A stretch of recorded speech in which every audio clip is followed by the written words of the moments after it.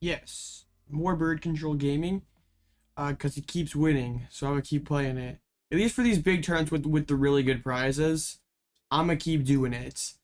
For some of the smaller stuff, we can play more fun, cool decks. But I think bird control's a fun and cool deck. So playing it for the Game Gear tournament tonight. Got top 8 last week. First place gets a Temporal Forces booster box, and I really want to win that. So we're going full try hard mode tonight. I want to work against a Paradox pile. There's, well, not a Paradox pile because there's no Roaring Moon. Just like a Lost pile with Iron Hands with Dragonite. Double Vacuum, but no boss, so our Pidgeot is safe on the bench no matter what happens. So I have to get it evolved up. Okay, this is fine. Stay until 2 a.m. to watch my stream. Hey, I appreciate that. And multiple people staying up late or early. That's pretty spicy. I appreciate y'all. This matchup should be okay. I just have to like set up pretty quickly, like before they can start Moonlight Shurikening or Lost Mining. I'm gonna reset. We'll see if that helps. I wanted to switch up the list a little bit tonight, but I just decided to cut the Drapion for third penny.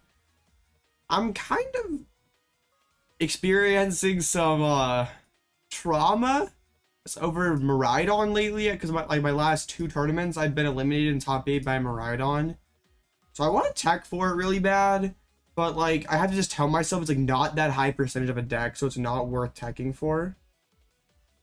But like it's kind of annoying, and then like all the top, like Azul on stream is like pumping Miraidon, like telling people to play the deck, or that's what he would have played at Utrecht. So it's like, oh come on. Want to make sure. I was messing with something a little different, but it looks like it did save, so awesome stuff.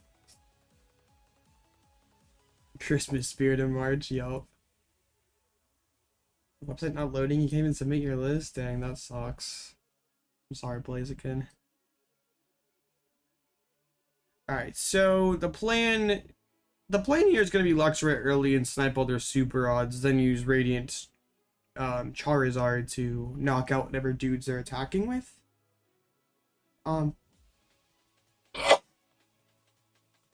Sneezing. Wonderful. Okay, they're making me go first. I think I'm kind of fine with that, because if I go second, it's a lot harder for them to hit, a lot easier for them to hit the turn 2 Shuriken on me. I don't like opening like this. I'm kind of vulnerable to an escape rope spits. Which, I mean, I can't really complain with the hand aside from that, because I have like Arven for Ultra for Pidgeot. Nah. Well, the Radiant Charizard isn't just good for Tina. And it's not as good against Tina as Radzard. I tried the Buflon version, but I just wasn't as big of a fan of it as the Radzard. The Radzard felt more versatile. Looks like they're going for a slower game plan where they just try to go solo Radzard, which does not work at all against, or solo D-Knight, which is not going to work at all against my Radiant Charizard. I'm probably gonna go Chorus here.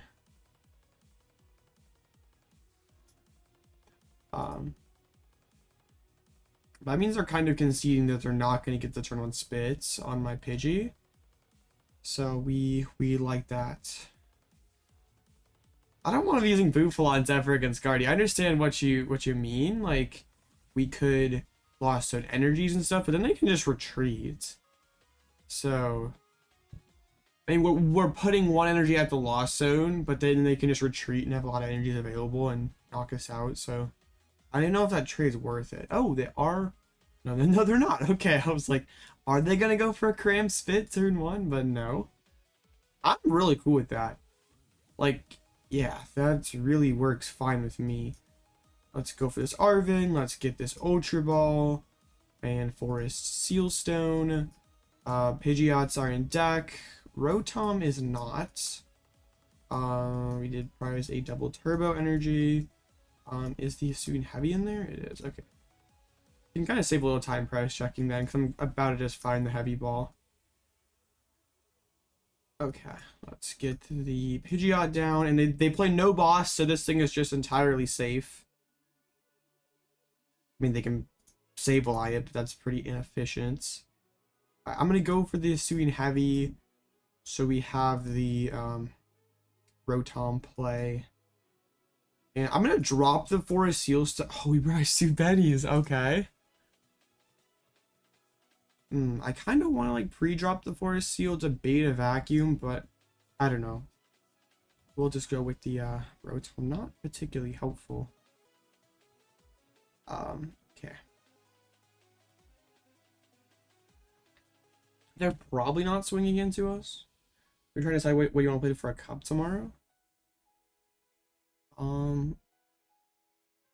mean, Miraidon seems super well positioned at the moment. Okay, let's go attach pass.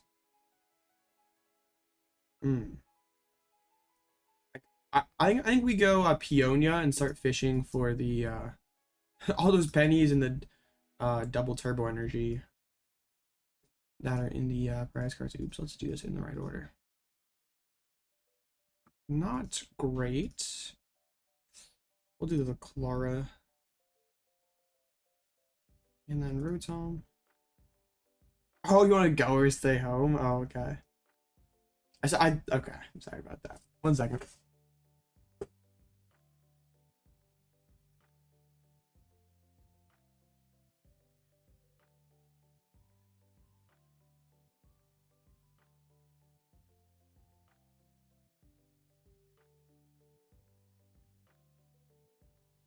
They didn't pass yet? Oh, they did. Busted. Your stream. I'm trying. Okay, they're not gonna do anything. Fine with me. Let's go, get ourselves a Bravery Charm. And let's get down Luxray and let's start, Fang sniping. I can't make that call for you, though, whether you want to stay or go or not. That's your call to make. Okay, let's see what they have in there. I think we want... Yeah, I think we want the Lost Vacuum for now. Their hand really just isn't that good. Okay, I wasn't sure if they were just like bluffing or what. Their hand is just not that good. Wasn't sure what was cooking. But yeah, we want to take the Vacuum away. There goes Manaphy. And then we start going for the Super Rods. Actually gonna bench Rank or Ninja and play a little more aggressive. I think that makes sense. Okay, how many of they play just 4 Super Rods? No Klara or anything. That works for me. I haven't lost any energies just yet, but a lot of Pokemon. 5 Pokemon and a counter catcher. That's kind of beautiful. So I think I'm gonna start prepping my hands for the Radiant Charizard comeback. I guess we also could Peonia. I kind of like that. We can put back in Penny and Penny and Peonia, and then we can Quick Surge for the Peonia and pull out the other Penny and the double turbo energy. Just have those ready to go. 4, 5, 6. Okay, don't need. Well, we definitely don't need the Lost Vac. I think we can throw 1 counter catcher as well. I don't think we'll be like probably winning by Gust Trap in this matchup. Then we Fang Snipe. Probably going for a Super Rod unless they drew into something pretty good. Yeah, they have 3 rods in hands. We can get to work on those. Like which country? America. Oh, weird. Erika Jirachi in hand? I'm not winning by a switch lock in this matchup. I don't really care about the Jirachi. They play 8 switches.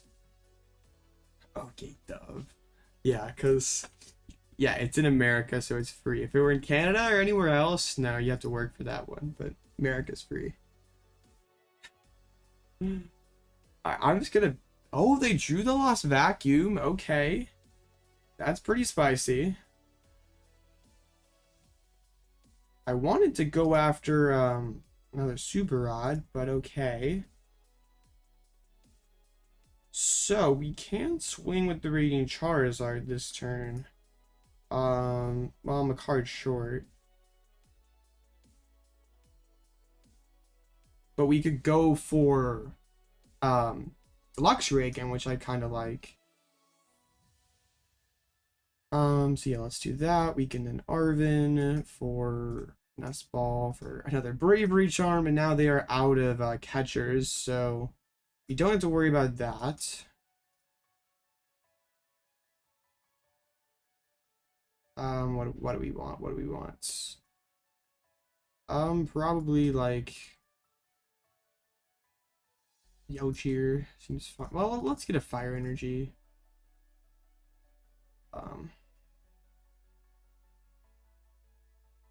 Okay. Yeah. I want to get those other Super Rods. Unfortunately, we did bin the Basin turn with the Ultra Ball, or turn 2 with the Ultra Ball, so not in an amazing spot to get Radiant Charizard, but we could slow things down, go back into Mimikyu or something, and attach to one. I just want to get these Super Rods out of the way first, so they have limited recovery options. 16 cops and only 1, 3, 9 second places? Dang. That is crazy. Just go for a shred. Okay.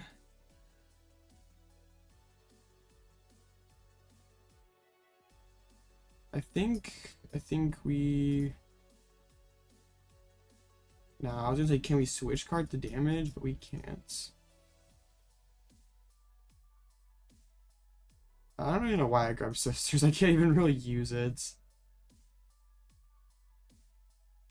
That was kind of silly. But now we get that one remaining Super Rod. So that's pretty good. Well, there's the one remaining one in hand. There's one Super Rod left now, period.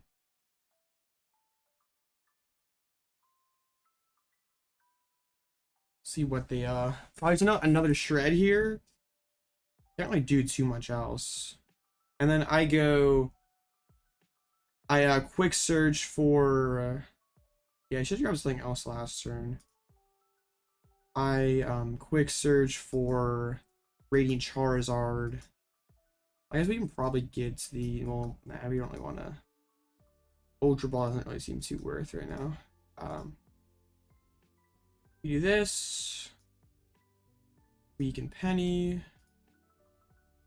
We just go back into the Snorlax, like, sack the prize. It doesn't really matter. We can do that. I think we want to put down another Lax so Escape Rope doesn't find a better prize. And then we instant. And now we're in a good shape to take up this Dragonite next turn. 3 Super Rods in the discard pile. It's going to be tough for them to keep pushing something in the active spot that they can take prizes with. You never want to customize no matter how hard you try. I mean, cops are especially without top cut, cops are hard. Like, it's basically like a league challenge where you lose one time and you're kind of cooked.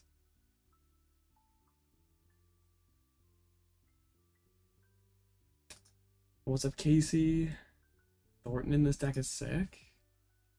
What are we Thorntoning? Oh, Thornton into the Radzard, yeah. That would be pretty dope. Alright, they load up that thing. I can just charm up this Radzard. That's fine with me. I have my penny left. Okay, I don't want to spend the other pal pad unnecessarily. Okay, we'll do that. We'll do that. I think we go Iono. We can Ultra Ball like out Double Mountain. Grab like a Pidgey or something that we don't want to redraw. Forests. The Iono down to yeah, Iono them down to 3.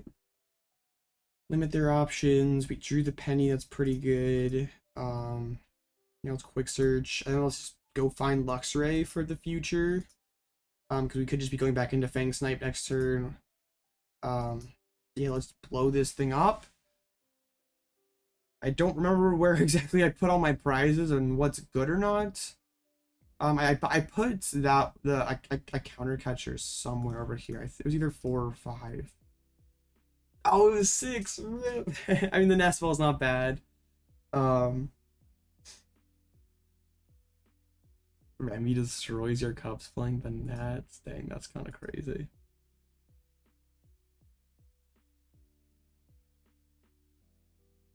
Urshi's kind of bad though. Recommending people play Urshifu is kind of cringe. Alright, Moonlight Shuriken. I don't know what I go with here, honestly. Like, I could just go knockout with Pidgeot. But I don't think that's that great.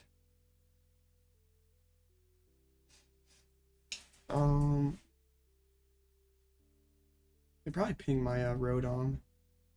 I could go Fang Snipe, but I kind of doubt their hand's that good. I could just start going Chi-Yu. There's a lot of options here. I could go put the D-Knight back down. Now I think Chi-Yu is the play. Just starts, or yeah, apply more pressure on the deck.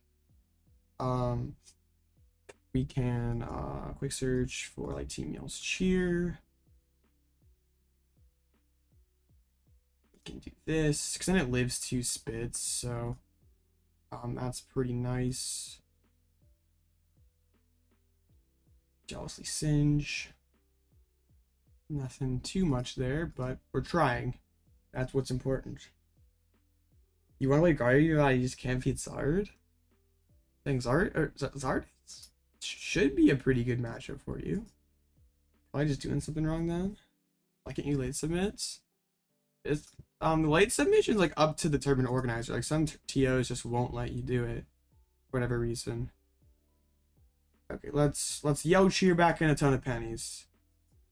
Let's put in a lot of pennies.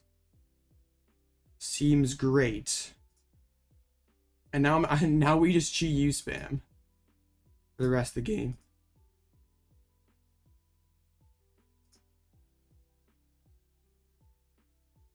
There we go. There's a chorus. So let's switch to a lesser extent.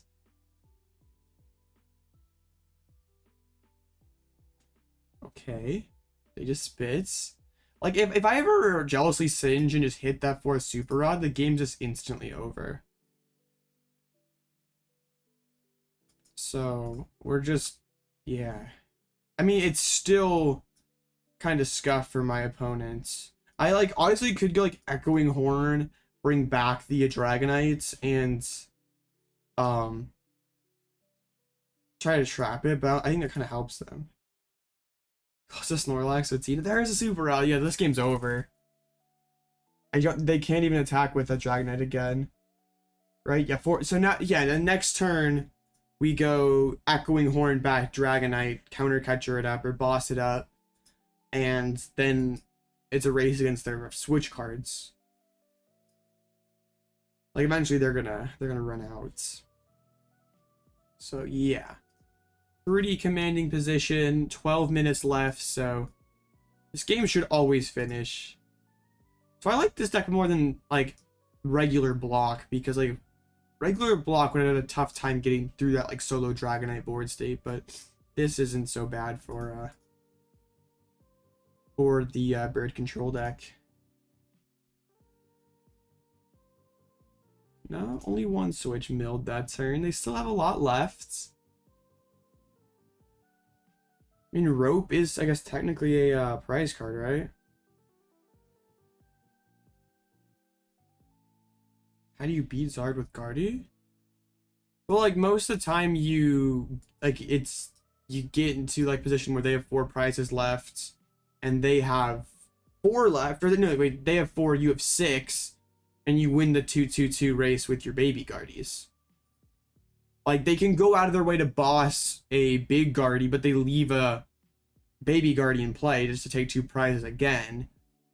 So then you'd be at 2, and they'd be at 2, and if they, I don't know if it really matters.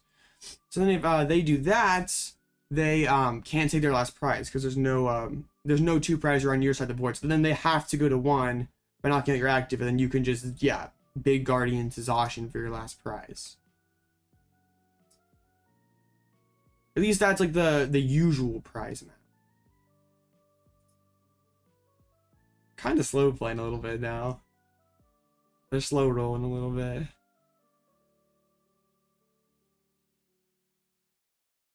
I mean, yeah, Rotom just gets pennied up. I don't know. Like, I guess, do you, like, after they boss up a big Guardy, do you put down another one? Because that would be a big throw. The whole point is you force them to go down to 1 prize. And if they don't want to do that, they go from 4 to 3 to 2, then you can Turo up your big guard, you collapse your big guard, you give them no way to take their last 2 all in 1 turn. You just Kyogre'd your opponents. Nice. Just lose a coin flip and lose. I feel like the coin flip shouldn't be that big of a deal. Like, it would matter somewhat, but really not that much. Like, it shouldn't be that big of a deal. Like, as long as you Mirage Step, you should be fine. Non-VIP Guardy has kind of grown on me some. Like, I used to, like, hate it, but honestly, VIP feels like a liability sometimes. Like, I just want to get 2 Ralts down turn 1. I don't need VIPing to get all the Ralts.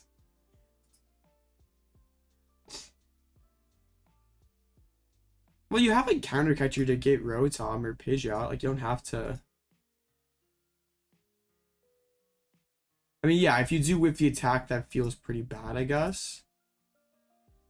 Which reminds us, this is Game Grid.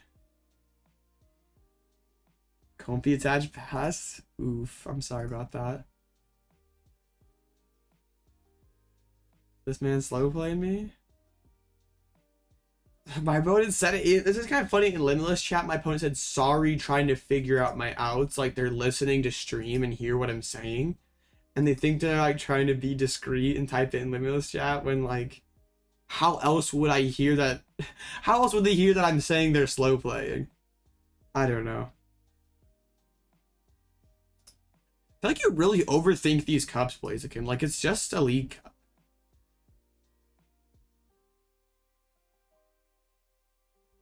Like, it's not that, like, I don't know, just, like, play whatever you're best at. Just be the best player in your room with whatever deck you play. At least, like, that's what I try to be. Like, I try not to stress about, like, metagaming cups. Like, I feel confident that whatever I play, I'm gonna be the best at with. So I feel like I should be able to beat everyone.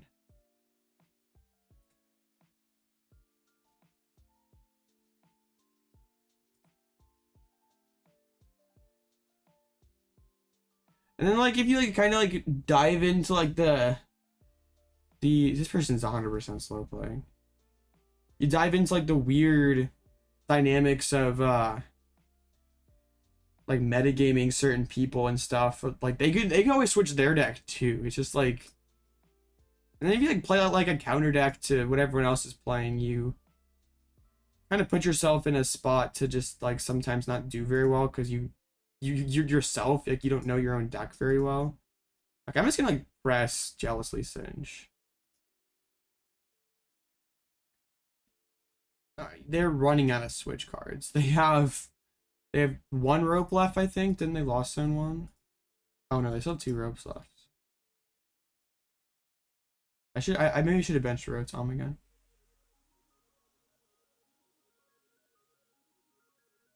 Guy's taking 3 prize. Oh, judge. Well, the thing is, it's like 8 minutes left, so I don't think it actually matters. I'm gonna type please don't slow play in Limitless chat because obviously he's, like, there. And this is really bad. Like, this Comfy has 0 consequence over the game. Like, Rose is trying to get the timer to stop ticking.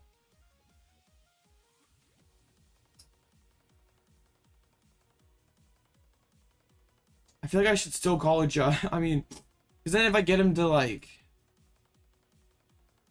I feel like it's just like kind of weird when you like call a judge and you still win the game. But also this is really bad.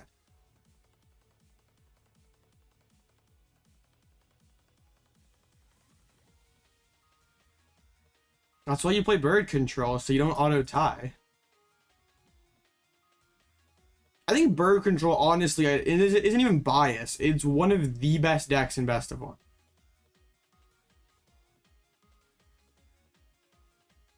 It has a higher... Okay, this is really bad. Like, bruh. I mean, there's like 2 minutes, or not 2 minutes, there's like 6 minutes left, so like, you can't even... Like, bro has no turns left. Bro can't, like, pull a toward 5-minute turn on PTCGL with 5 total cards to work with. So, yeah.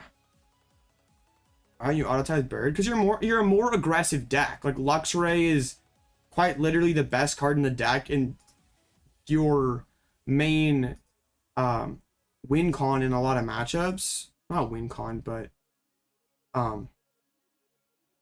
it's a really useful card in a lot of matchups. So if you're using Luxray, actively discarding cards, it usually forces your opponent to actively do stuff themselves. So if they are doing stuff and like progressing the game, you're not gonna tie. And also if they're just like sit there and draw past like a Charmander or Comfey in the active spot, like we have Pidgeot that can take prizes. We have Reading Charizard that can take prizes. So it's not like a like regular block just sits there and they can do anything offensively. So I did see you got top 8 last night, Benjamin. All right, 1 second, chat. BRB.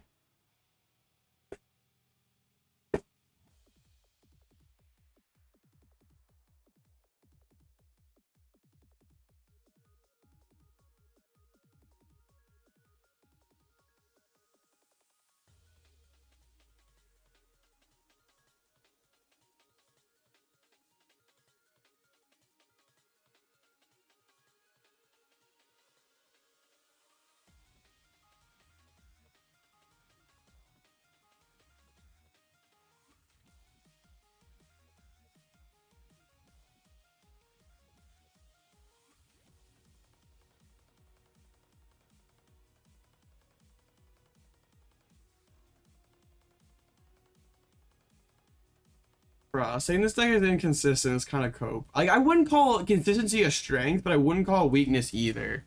Like, you literally just get Pidgeot set up and the deck plays itself. Well, not that, like, you don't have any actions you have to make. Like, there are complex decisions, but, like, you pretty much can find whatever you want after that. That's is what I mean.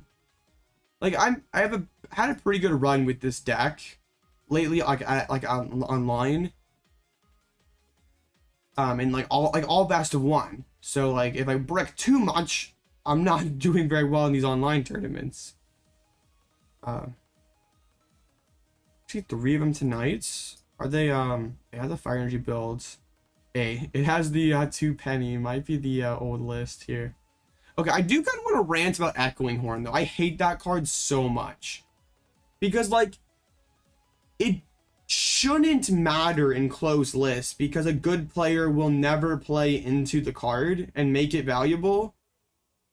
But I have to play an open list, otherwise it's just too free just to bin your trappable Pokemon. So like I really want to cut this, maybe like a Mewtech or a Miraidon tech in closed list, but I can't for online tournaments. Cause like you really only ever use Echoing Horn against just like a noob who like plays down like Ultra Balls at Jirachi turn 1 for some random reason. Cause I feel like someone is gonna, if they're gonna like take a chance whether like bet whether you've Echoing Horn or bet whether you've Erika, like they're gonna make you have to play that Erika, because at least you go into that choice with 0 information. But like I see you Ultra Ball out Jirachi and not do anything about it, I can just go Arven for Echoing. Like, I just... the card, like, really just never gets too much value, and I hate it, but you have to play it in open list. It's kind of frustrating. Like, if I was playing tomorrow in a closed list cup, I would take out this card. Probably for like a Miraidon tech, because my locals have been on a Miraidon lately. Probably like Dunsparce. Another O2 drops tonight? Dang it. The Garchomp V Garchomp on top? What do you mean? Is there like 2 Garchomp tables? Are you just trolling? I don't see the Garchomps. I'm getting trolled. O2 drop those planes. Oh, no. Bro, what a fraud! You would O1 drop! What?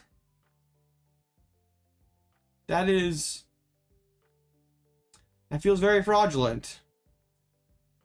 Oh man. Okay, it's probably 8 rounds tonight. Okay, won't be quite as bad as last week, because I nearly missed going 602 last week, but 100 less people. 602 should be fine. A lot of Gardevoirs again tonight. Yup. Alright. I faced last week for the tournament like 4 Guardies in 8 rounds. That was pretty bad.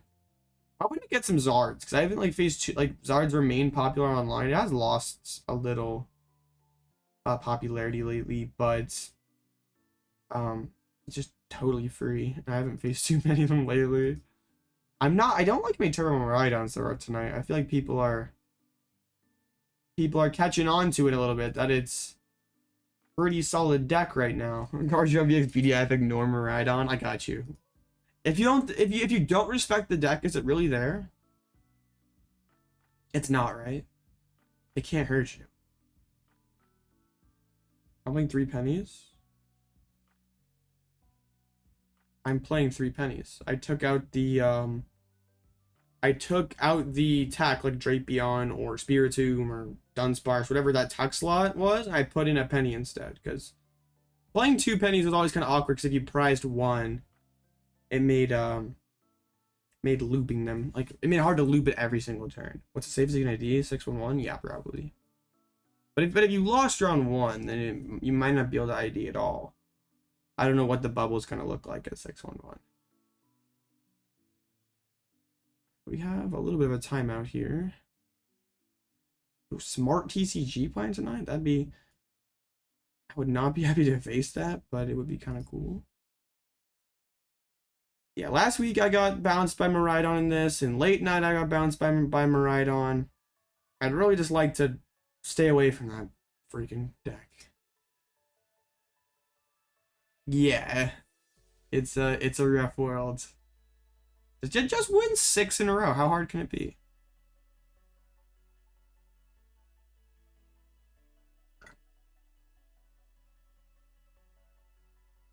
We got something happened. How many Mews are there? Because I don't like that matchup, but only 6 total, so that's not bad. It's the Miraidons. Against anything else, I'm totally chilling. Like, that's why I just, like, I hate teching. I really do. But, like,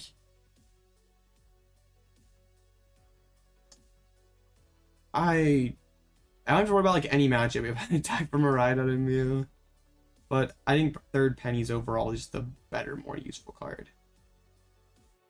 Dang, it must be a judge call or something. Guardy Mirror wouldn't surprise me. Those Guardy gamers are ruthless.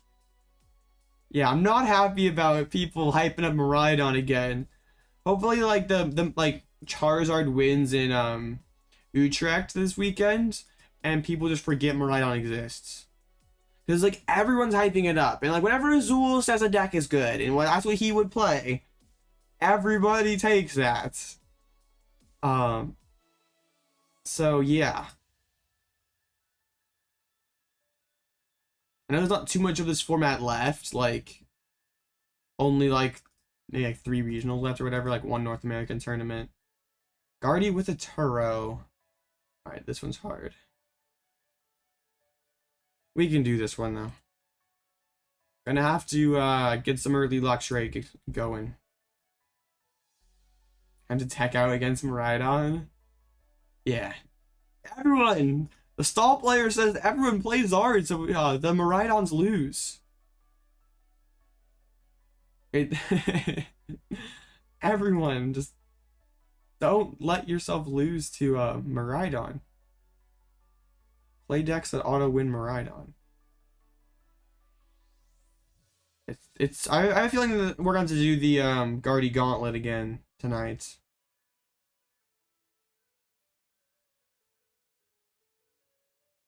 I'm not super pleased about that. They're playing VIP Guardy, they're playing a Mew, so they have an extra thing that we can trap. They have an extra way to move their Pokemon too, so it gets a lot easier for me if they open one of their like Pokemon they can't swing with, or I can Fang Snipe the Turo really early.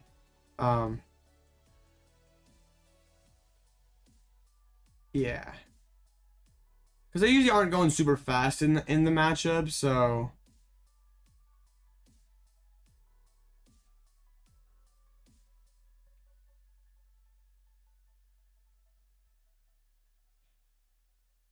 Luxray can usually get some early value, and like Charmed Luxray takes like what, 8 energies, 7 energies to like get a one hit with Arcana. So it's like not worth the commitment usually. I'm like really paranoid. I don't want my list to be wrong here. Okay, good. All right, let's get it. Guardy with Turo.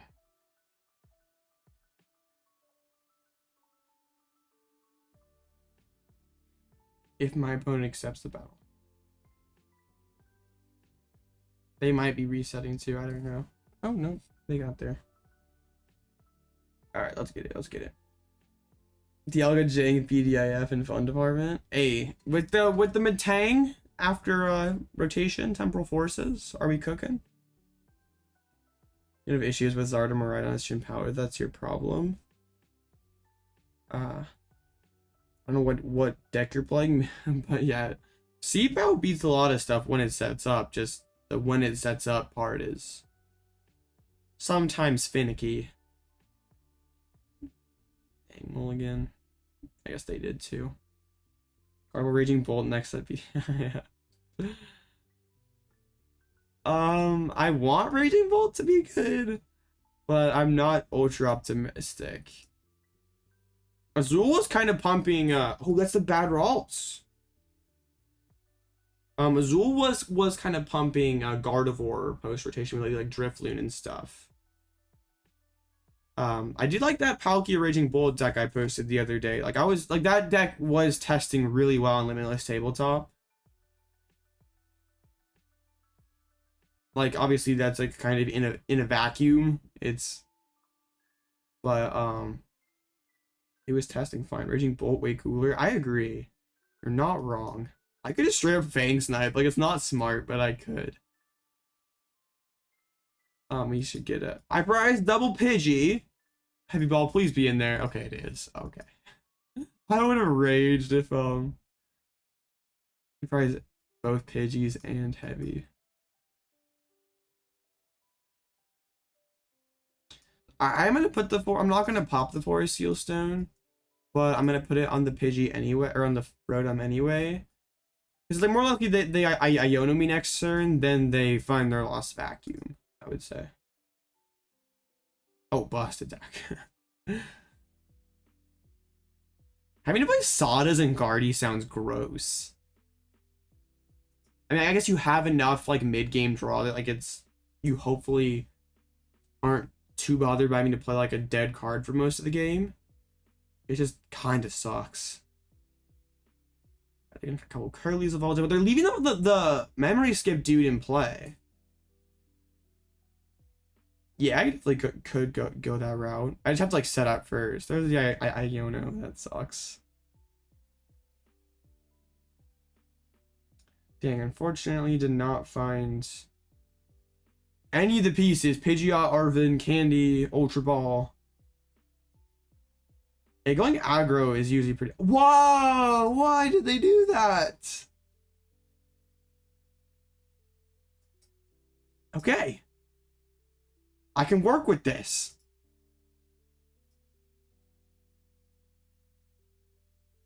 After a treat lock soon before they... Well, it's not totally free. They play Turo. But, makes my life a lot easier. They gotta find Collapse ASAP. And Memory Skip's still here. I know, they're trying to waste Turo. Maybe that's a tell they have Turo already in hand. And they're like, sure, trap me all you want, buddy. I have Turo. But, like, you don't have to be that aggressive about the draw here. And a Super Odd hits the bin. Love to see that. Oh, did they hit the Candy Guardy? That'd be kind of annoying.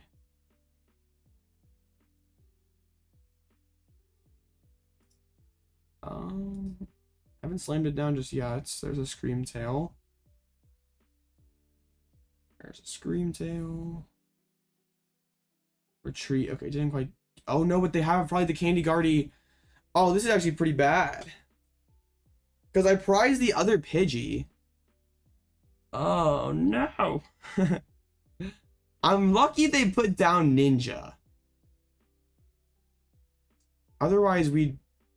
Dang, the turn 2 Scream Tail feels really bad. They're playing Bravery Charm? Hold up, that's wild. Alright, they're gonna bench lock themselves. And Roaring Scream my Pidgey. But they don't have any energy in the discard, or 1 energy in the discard pile, and they're playing off of top deck mode.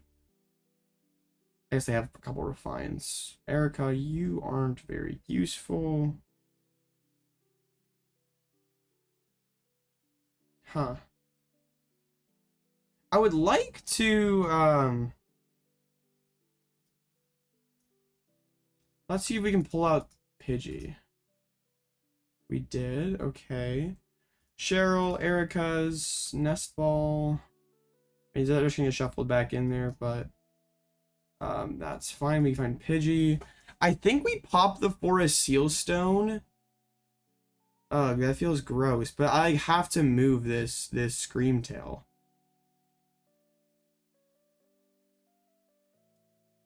I guess we pop this and go and get pull up the Ninja, like force them to have an energy.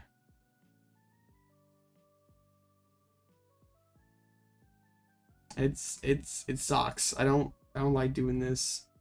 They put us in a rough spot getting that super fast knockouts. I want to see if their list actually is playing Bravery Charm. But luckily they're playing with kind of a low hand count. If we could buy a turn here, they are just straight up playing a 1 of Bravery Charm. That's kind of goofy. But it's fine. Alignments.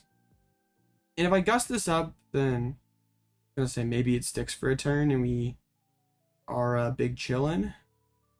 But that's not the case. No big chillin'. This is awkward. This is very awkward.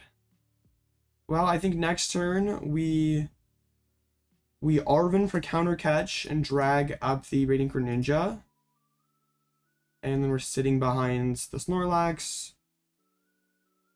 They're attaching more energies. Why? You already knocked out Pidgey.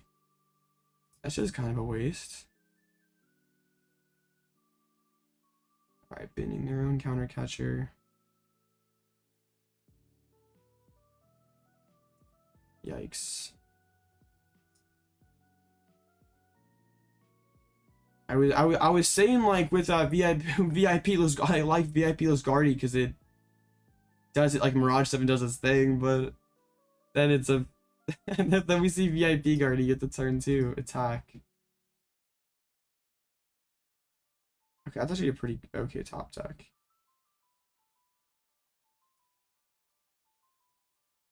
Let's get that. Sure, let's get Charm. Even though it's like annoying, it's not like Snorlax isn't a perfect lock right now. I need to instant charge and keep refilling the hands, so as much as it kind of sucks, we do this. Be instance. No course in 3 turns, you'll have to see it. Dang. It's gonna be like that sometimes. You're messing with Calamitous Wasteland and Elekid, it's been fun. Wasteland could be kind of funny when you're like fang sniping and stuff. All right, if that Turo's prize, we're chilling. I haven't milled with a fish yet. At least not in this game. Last game we did. Maybe Bro's behind. I threw the Erika into the prize cards. And shuffled them up. So, if they do find this Turo... Yikes, guys. We're not in a great spot. They have the boss. Boss kill Rotom would be really bad. Okay, no. Just the Iono. That's fine with me. I actually committed an energy, which is kind of a... I feel like kind of a misplay. Okay, I can Klara back some birds. You'll love to see that. Get a couple birds down. We get instant charge. Let's go. We found a rare candy. Found some pennies. Things are starting to look up here. Tina says switches is hard to keep up. In that matchup, we're more aggressive with reading Charizard and like Luxray find the super rods. Reading Charizard, take knockouts. Don't usually win with retreat lock. You can. I've done it before, but why are they putting more energies on Screamtail? I'm confused. I'm really confused. I guess that mean they have charms. They're gonna try to like one-hit Chi-Yu with it or something. Strange. Maybe they have Turo? Bro, I wish... Okay, no, there's a boss up the road. I wish we had the Erikas. So bad right now. Alright, that's our only boss, so we're safe behind Snorlax for the rest of the game. I spent the Lost Vacuum kind of early. Unless they're going to KO a lot. I mean, no, they're not ever going to do that. Okay. There's a chance. We have a chance here, guys. Roaring Scream. Whoa, that doesn't feel right at all. Yeah, why'd they even use the vacuum? They could have just knocked me out. And now they still have to take 2 knockouts to win. That seems very wrong. But we're not complaining. Now what do we do? now what's the move? I kind of want to, like, I mean, put back in Peonia seems good, but I don't really have other things that we want to put. I don't really want my Iono. Might just be Penny for a turn, honestly. Get the Bravery Charm. Yeah, seems okay. Alright, let's do this, do this, do this. Pick up the Chi-Yu, because I still want to keep Rotoming for cards, so that's why we did the switch cards. I've already won this? No, they have Turo. It's not over, but it's looking fine.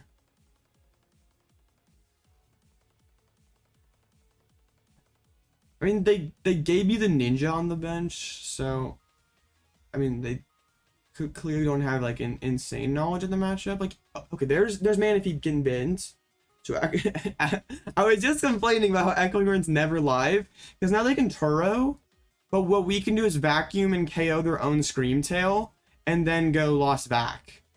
Not Lost Vac, go Echoing Horn and put the Manaphy in play. There's an Iono that's not Turo, so we get another turn. That's all their Ionos as well, so we don't have to worry about our hand getting disrupted for the rest of the game. There's a Lost Vacuum. Do we ever do the play now? Because, like, They could go collapse Turo in the same turn, so I don't think we do that. I think I want to penny up the Rotom, though. Can they ever one-shot Pidgeot? No, not with Screamtail.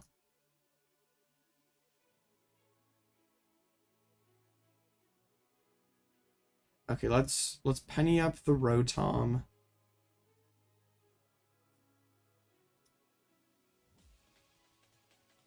And I think we just pass.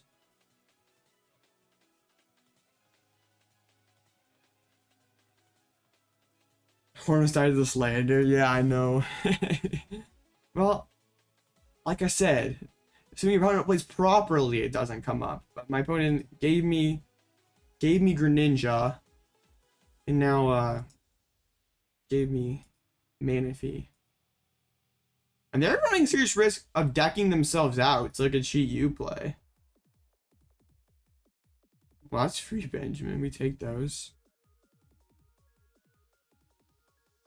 Alright, there's a Super. Okay, the Manaphy's headed back in. Not just... That's why I kind of wanted to do the play now, but we couldn't. They attach the energy. That doesn't matter at all. Interesting.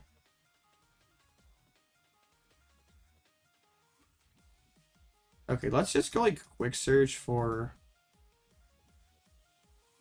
another Pidgeot. So that's not an easy single prizer. Let's go get Counter Catcher. Oh no, I spent them all. I didn't prize any. I just spent them all. Well played. Okay, we'll get a Super Rod. We'll get a Defiance Vest.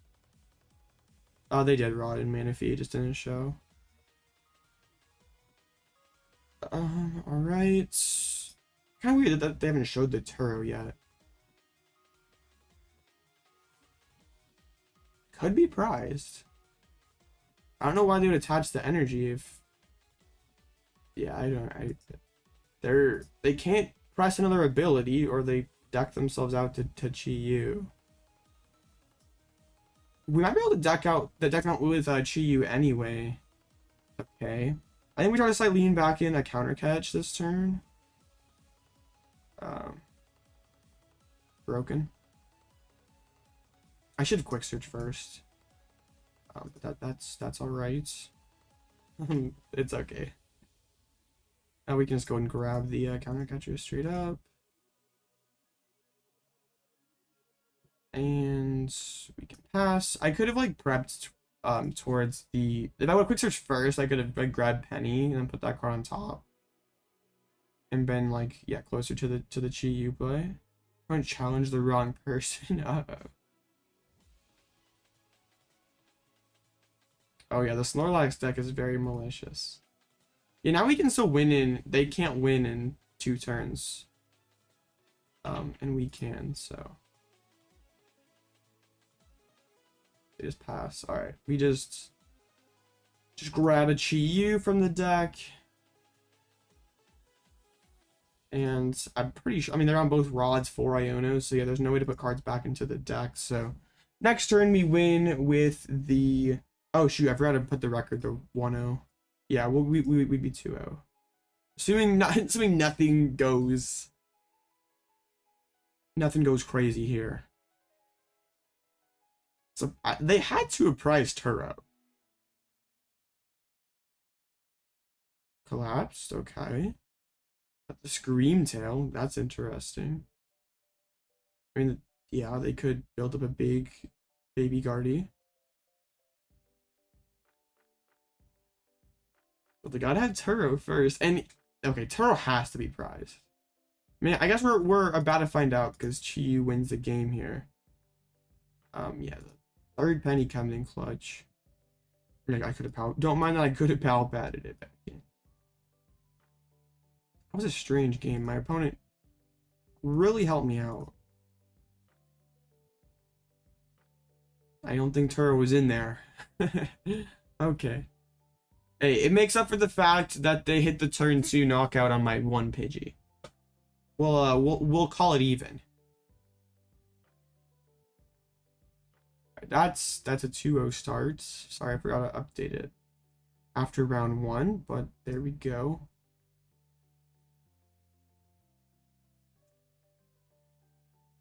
Oh yeah, I said in Limitless Chat Terror was prized. This deck is really good at punishing people who don't... I mean, that's just like kind of control in general. Like, if it's really good against people who don't know what it's up to. This is my favorite deck in format. I agree, it is really good. Yo, what's this Zoroark TCG? You stay away from a Rhydon and you get into the game and you win most of the time. I think 8 rounds, top 8. Hopefully Murata had a bad win rate. 75%? No, you're killing me. You love Pidgeot EX? I don't believe you. You're playing Miraidon. You like destroying Pidgeot EX.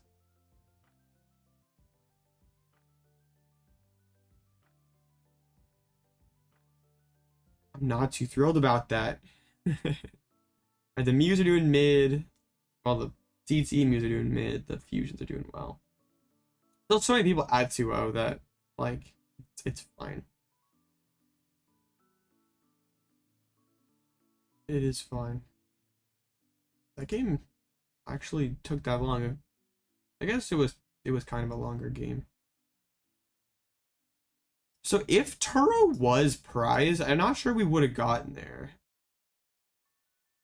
It would have been an interesting finish because they did have that collapse there, right? Because presumably, yeah, they draw Turo earlier and don't have to like Chi-Yu deck out isn't a win condition.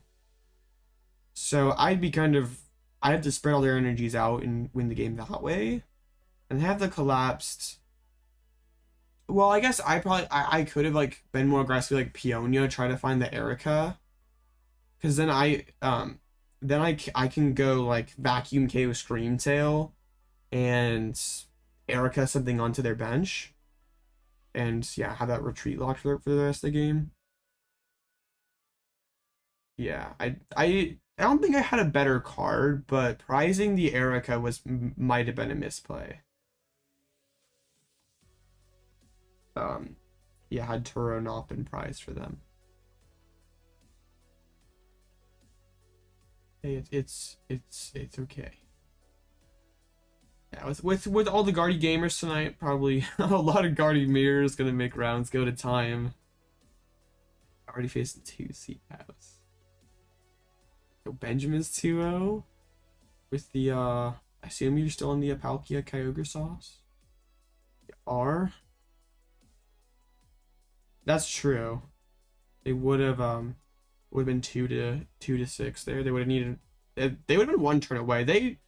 Yeah, if they played the matchup right, yeah, with how hot they drew, if they do it right, they'd probably beat me. And assuming Turo's not prize. But also they could have pulled the Turo off the prize had they taken Rotom. Like that's what's so weird is if they were hunting for something in the prizes, then why didn't they go for the option that gave them more prizes?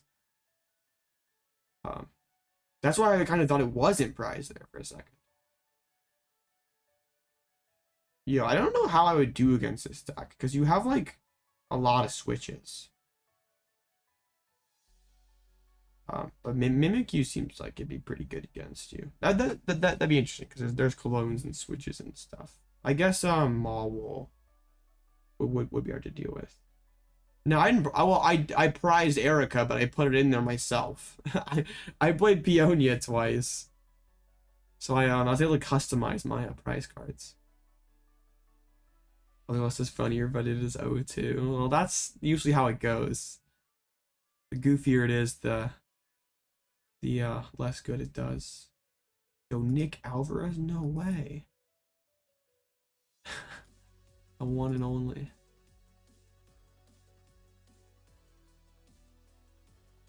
Alright.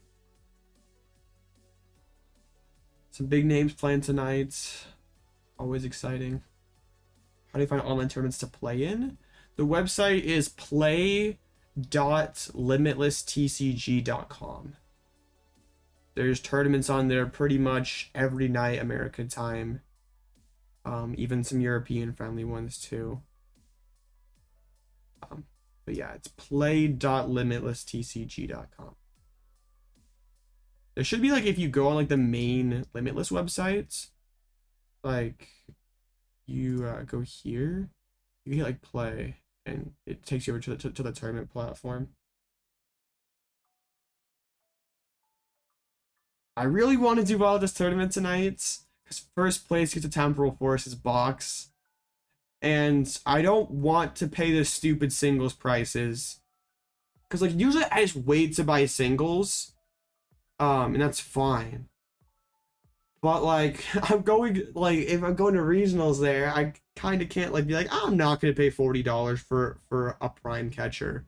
I don't know if prime catcher is gonna be that expensive, but even more incentive to crack control for post rotation, because I wouldn't be playing prime catcher. I'd have to pay less.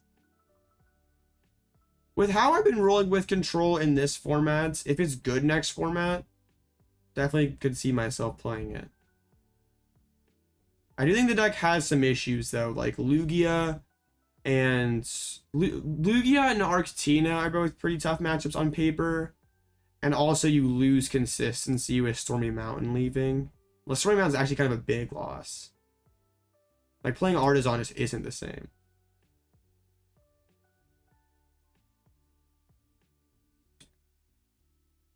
But that's interesting, because there's like, I don't know what the pull rate is.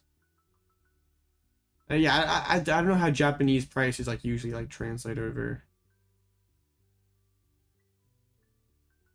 Well, it started off as TCG only. They branched out to other stuff, but I think there is a Limitless VGC website. I don't know how much it's used, but I think it exists. Yeah, but probably 20 bucks. Like probably settle at 20 bucks. Just like initially, that like first week or so, it's gonna be pretty expensive. I hope I can pull one. Like I'm going to a double cup that first weekend that will hopefully have Temporal Forces prizing. Hopefully can win some prizing there. If we win like a booster box on these online tournaments, that would help too. I'm cheap. I hate having to buy singles. Well, not that I have to buy singles, because I always have to, but I'm having to pay extra to get the cards. Okay. Yeah, I don't I don't do much with the VGC, so I have no clue. I know it exists, but I guess it's not really kept up with. I know there's been some big VGC online tournaments. I don't know if it's on like Showdown or on the actual game. Everything else is cheaper. Well, I wonder, like, in terms of like overall people who like want to buy the Japanese cards versus buy the English cards. Like, if there's more people who want the English stuff. Any tips for if you play Pidgey tomorrow? I mean, like,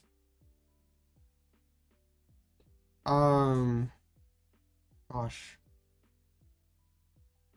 just like don't fang snipe if your board is not ready for it yet. Like if you still need to instant charge and prep your board. I usually, if my hand's not great, I'll prioritize Rotom over Pidgey unless I have the Pidgeot combo already ready. Sometimes it's okay to bleed prizes if it sets up like a Radzard play.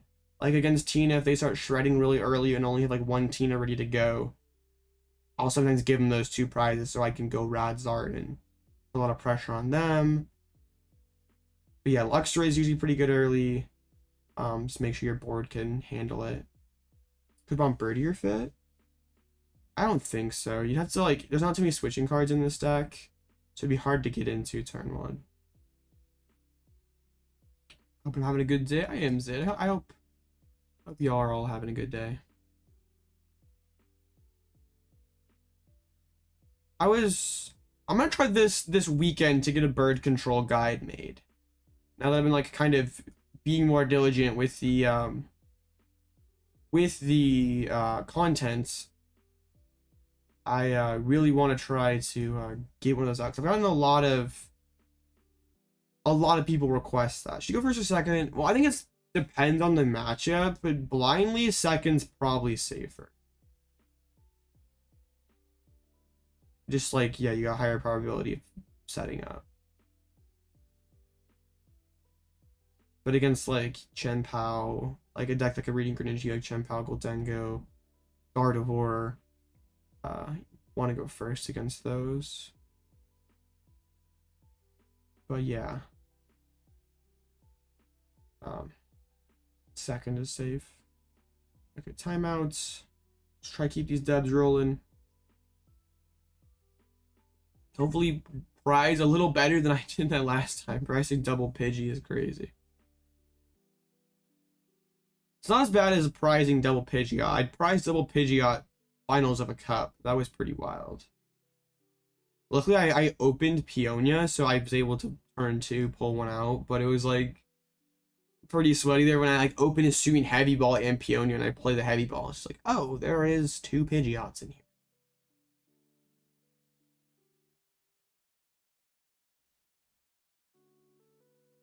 Yo, how many Dawns are there at 2? There's okay, only 3. That makes me happy. That is the person I lost to last week. Regular block took him out. You'll love to see it. We can look at some post-rotation Pidgey block lists after, if we ever get some time in between rounds, because like I'm not a very big fan of a lot of the Japanese ones, but I can I can show you what I mean. It just it's really hard to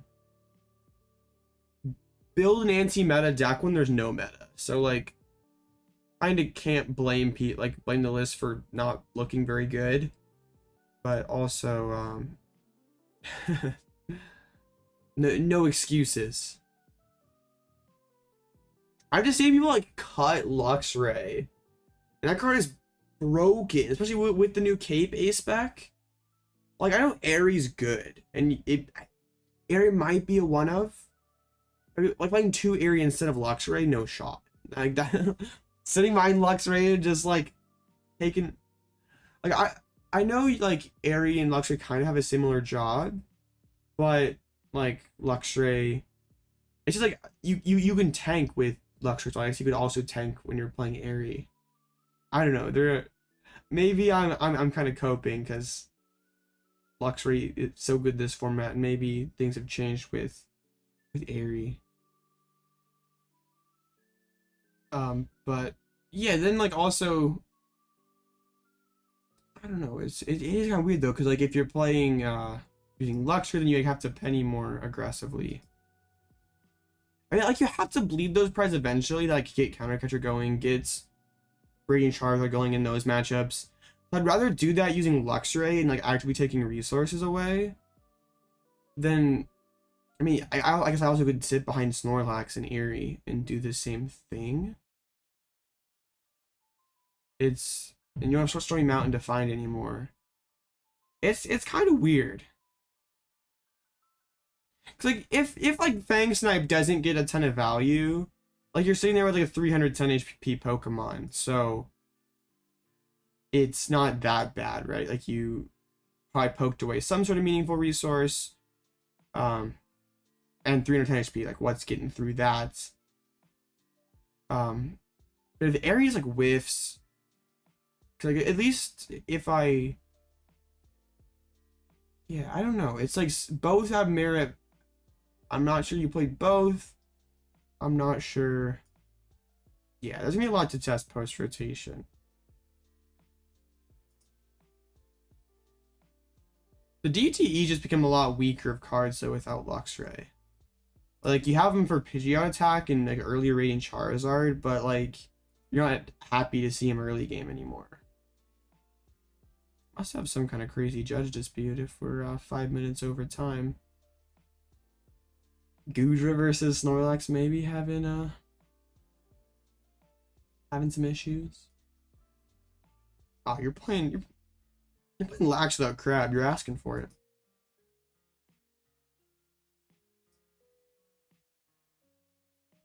I do like a lot of the Japanese lists have been playing Daisy's Help and Arcphone to substitute Peonia. Cause like the regular block deck has like thick enough counts of its like annoying cards. They're like, oh, you prize the sisters, you prize the penny. Like you're playing probably what 3 sisters, 3 or 4 pennies. Doesn't matter too much that you prized 1. But Pidgey plays so many more 1-ofs. So you kind of have to have a way to interact with the prize cards.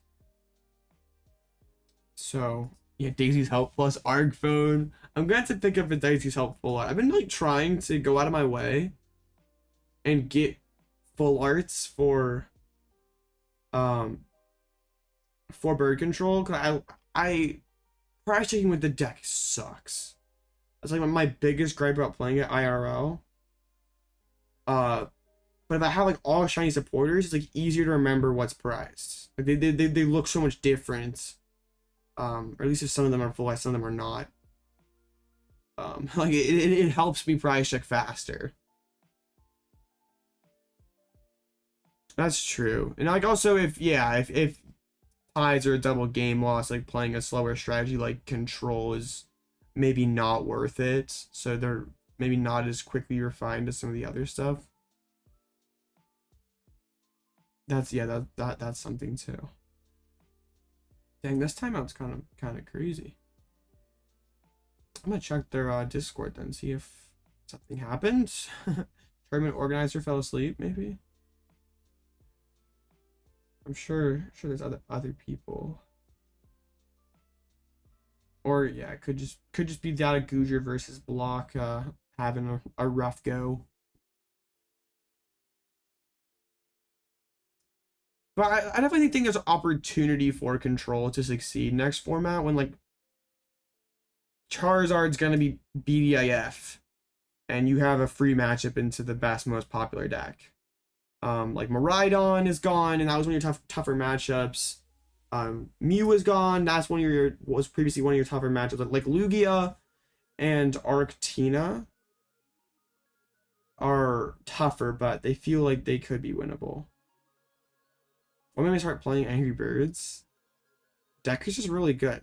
Well, I wanted to play like stall / control or like IRL. I wanted to be that guy at locals, and I didn't feel confident enough to play like a classic Snorlax deck with just Crab and hope that I'm not gonna tie, because I felt like it'd be too easy to draw games against it. So I decided to play a more proactive deck. I wanted to play like the Radzard stuff, so I had a shot against like Giratina. So basically I took I took Hale's Portland list, and there was I took Hale's Portland list and adapted it some, played it at a couple cups, won both of those, and then since after playing the deck that weekend and a little bit afterwards, like, okay, this deck's really good, like someone's gonna do well with it IRL. And then in Dortmund, Alessandro Cremascoli got 17th. There was someone who I think got like just outside top 32 with it. So like there's obviously was something here, and I just kept playing it, kept winning with it. Yeah, that's kind of the story, I guess. What do you think about Moon Hands LCB? I think it's fine. Up against another Guardy without Turo, playing Devo and Cheryl and Irida. Only one Iono. This is a Guardy list. Okay, we'll have to look at this more fully afterwards. But yo, this is a standard legal Guardy list. I've just always really liked playing control decks, and I've just been like, in the past, I've been kind of chicken to play them IRL, and I just like wanted just to play one. Like I put like the last time I played control before this was Sylveon GX control, and that was a long time ago. And it also just isn't like it's kind of me reaching and trying to play control. Also, that deck is just really good right now. Like it's one of the most underrated decks in format. Okay, they have Mew, they have Manaphy, they have Rad Ninja, they have Jirachi. There's no Zacian. Like, something's missing. Another Guardy with Bravery Charm. What the heck? Back to back. The White Fox was not poorly run today. Good. What about everyone's playing Game Grid, so they don't have to flip the rounds. That was so frustrating. I never touched on that. Because I didn't stream it. I'm so glad I didn't stream that. It was like a cash tournament. Like, first place got $50. I did it off camera. I went 2-1. And the organizers decided that with like 70 people or whatever, it was a good idea to have 3 rounds in top 8. So there was like a 20-person bubble at 2-1 for like 2 spots. And I lost my first round, so I was basically cooked. And like their excuse was so lame. It was like, oh, we didn't notice the more people, so we didn't fix the rounds. But like I don't buy that crap, because you're in there on the dashboard hitting start round every time. You're in Discord answering questions about are there going to be more rounds. So I don't buy your lame excuse. Like, admit it, you were lazy and didn't want to put more rounds. Like, that's fine. But like, if you're gonna be lazy and like, I was mad. Like, I wouldn't have wasted my time doing the tournament if I would have known that Tia was gonna be lazy and not even run it properly. Glad he's running it right this time. You're just kind of disrespectful. Like, okay, cool, you're putting up $50. That's awesome, but you're like wasting everyone's time by running a tournament so bad. Top 16? Oh my goodness. Hey, that means you, like, instead of having to 3-0 to make cut, you can just show up and make cut. That's awesome. I think bro over-adjusted. Like, didn't need to go to that extreme. Okay, there's a Rollins, there's a battle pass. Bro's kind of cooking. Quad Rollins turn 1 seems amazing. I mean, I don't mind the Artazon. I can go get Pidgey in the mountain. Yo, that's pretty heat. There's a Pidgey. There's a Rotom. Wonderful, wonderful. Luxray's in here. I was like, where's Luxray? But it's in here. Boss is priced. Okay, that's thing to remember. We have probably the counter catcher. Looks like as well. No, that's in hand. So we have the mountain already locked and ready to go. Maybe we can just get like Candy and Forest Seal Stone for next turn. Just have the Pidgeot play already pre-lined up. Let's go get we get the Rotom. We can drop the Forest Seal Stone. And I'll put the fire on the active. So we have the pivot or the tempting trap option, and then we just press instant charge. Another Arven, that's awesome. They are what's funny is they're playing Palfad, but no Turo. They're playing. Yeah, there's no dude, don't Scream Tail me! Go get the turn 2 Scream Tail. Back-to-back games, that'd be nuts.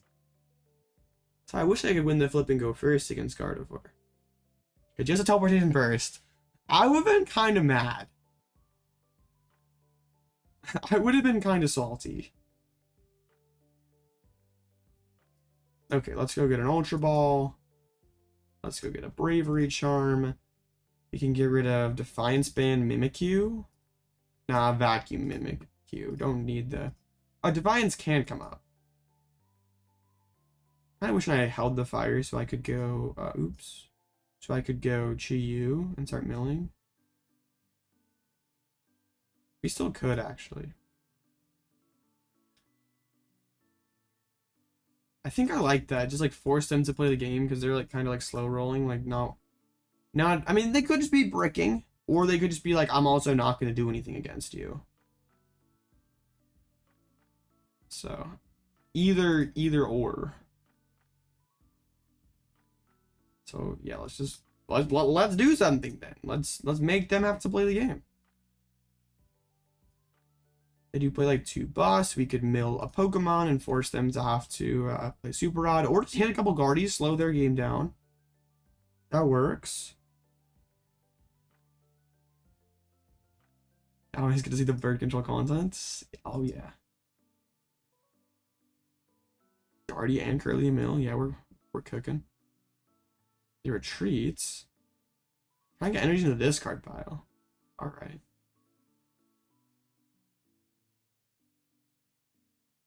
I don't think it's any really good prize, so playing Peonia kind of doesn't do anything. I'm gonna take an Erika peek at the hands. We'll see if there's anything anything worthwhile in there. No. Oh, their hand just sucks. They're not bluffing. Their hand is just garbage. Cheryl getting hit in the discard pile. Okay, they're not just even like, yeah, they're just bricking. Because sometimes people just like don't do anything against you. They're like, okay, I'm gonna sit here and just pass. Pass until I'm ready, but no, they just have nothing. If they were against something other than control, this game would be over. But that's fine. Let's go for the sisters. Psych, so sisters prized. Actually, let's on second thought, let's play Peonia. Sure. There's like Boss, there's Cyllene, there's Yochir. There's like good enough things. Some pretty good cards, I guess. Yeah, that works. Don't need that. Don't need that. And I don't need the sisters really that much either. Yeah. I did see the Cole Anthony clip. It was pretty funny. Hit the POW pad. We're trying if we just mill one of the good cards. Guardy trash talks when they lose. Yo, they Erika! Let's go! Grab Manaphy, please. Grab Manaphy or Ninja. They can't. They'd have to go like just Erika for level ball.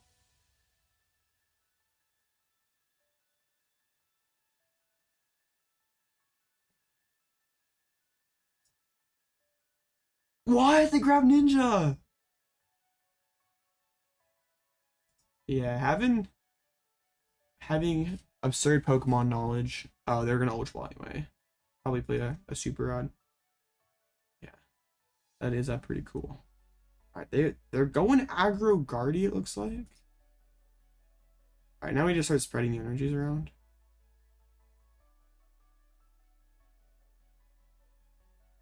You're done Guardy, yes. Is that last card in hand Super Rod? It has to be Super Rod, or they just lose. Okay, we just win the game.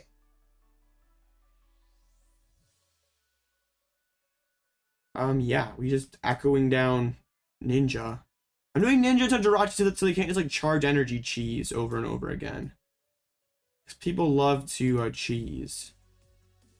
Alright, there's nothing that we have to do now. All we have to do is just announce Tempting Trap over and over again. I know, I just had to trash Echoing Words to say the card was bad, and now it's just popping up every time.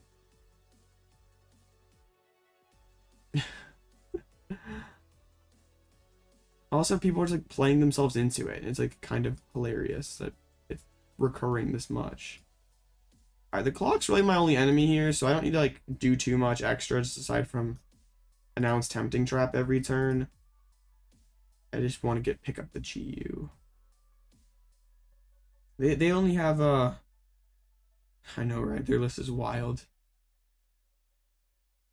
Yeah, if you want to curly that and help me out and draw a couple cards, buddy, I'd appreciate you for that. Horn is only a good card if your opponent plays into it. Like, most of the time, people are going to assume you have Horn and not just, like, do what my opponent did. Like, at least make me... Like, I had Erika in the discard pile. So, like, make me have to, like, Pal Pad and Erika, like, guess, practically, in your 4th card hand that you have one of your trappable Pokemon. I wouldn't have done that, but you put it... You put it right in the discard pile. I'm gonna go get my Horn and stick it up there. Why no Pidgeot V? You don't need it. Usually, like...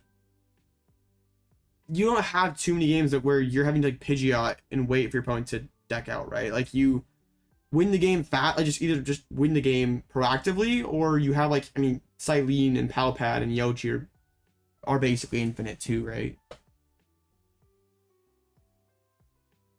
Hey, boss. Alright, we can just go find Penny again. They're hoping that I have some insanely bad prize cards, I think. I have to have prized 3 energies and 2 pennies. And Klara.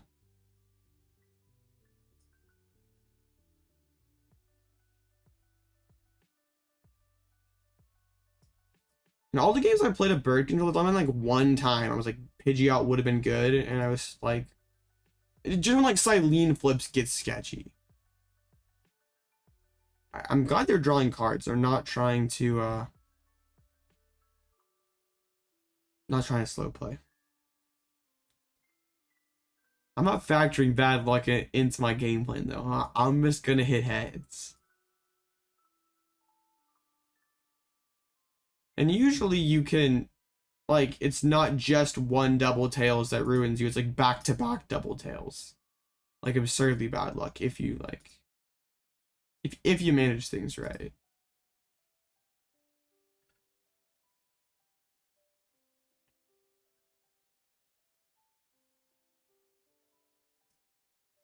Yeah, luckily they only have, like, one Iono, so they can't like really like stick around for a while and prolong things. It's a wild guardy list. Well, they're 2-0, so they're getting the dubs. 3-0 Benjamin, nice. They finally tried to attach retreats. I think Azul meta manipulates. That's an interesting question. I'm not sure intentionally he does it maliciously to like give himself an advantage, like tells people to play like certain like deck A, then he plays hard counter deck to that. I don't think he does that, but his voice does have a lot of power. So he definitely does manipulate the meta, because like people play his lists from recent tournament, like his like Caleb Rogerson playing his Charizard 60 and getting seconds, like literally net decking Azul's exact 60. All right, we came prepared for this. He definitely manipulates the meta. I don't think he does it like I mean, he might do it intentionally, but he doesn't do it to like give himself an advantage. Like he's telling people to like he played he's telling people Charizard was good, then played Miraidon. Like what kind of meta manipulation is that?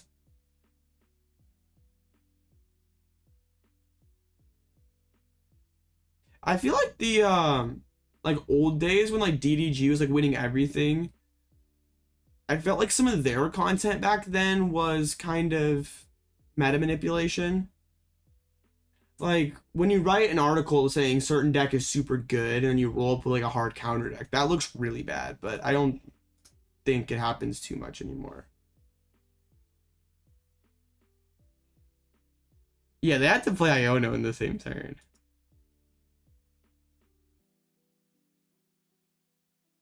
Yep, net decking is very, very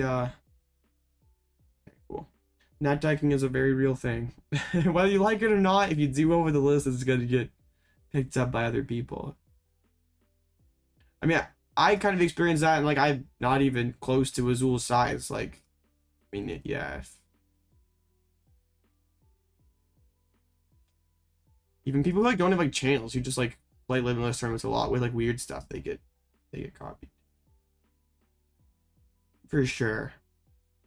And like I like his name, yeah, he carries so much more weight because like how well he does consistently. So like when someone sees an Azul GG list, there's automatically that like respect, I guess, because it's something that Azul put out. Like he's earned that. Like it's not like it's not like a knock against him or any of his lists. Yeah, it's fine. This list is gas. So what did this person, like, it'd be a Tina and a Zard, so like 2 solid decks. I mean, you don't get to the position that he's in by accident. Like, this list is crazy. No Mirage Step, only like 1 real draw supporter. Work as a fake draw supporter.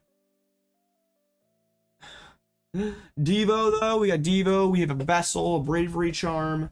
There wasn't even a Collapse in there. Yo, if Azul ever wants me for a show match, casting, or playing, hit me. Like, I would be so down for that.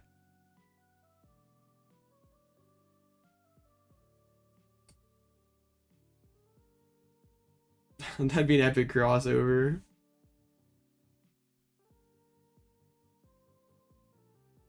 Your favorite niche celebrity? We like Azul.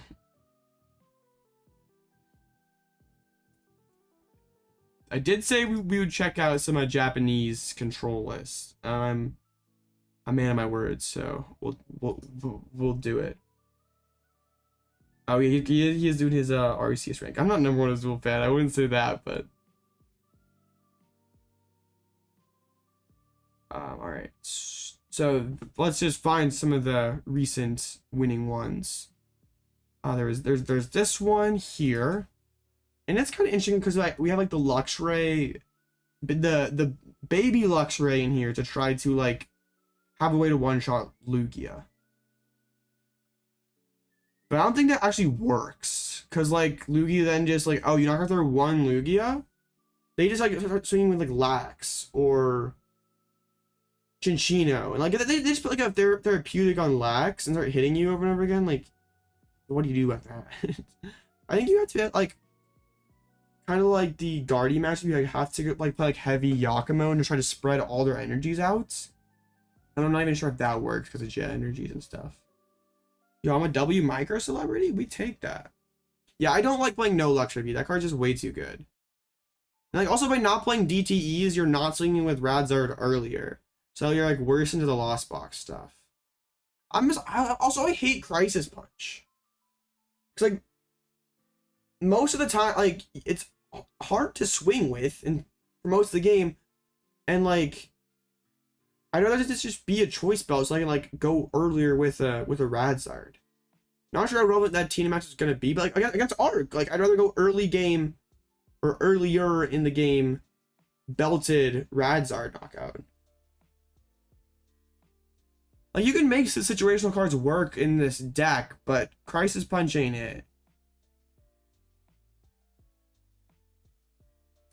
I do like the Daisy's Help Arc Phone.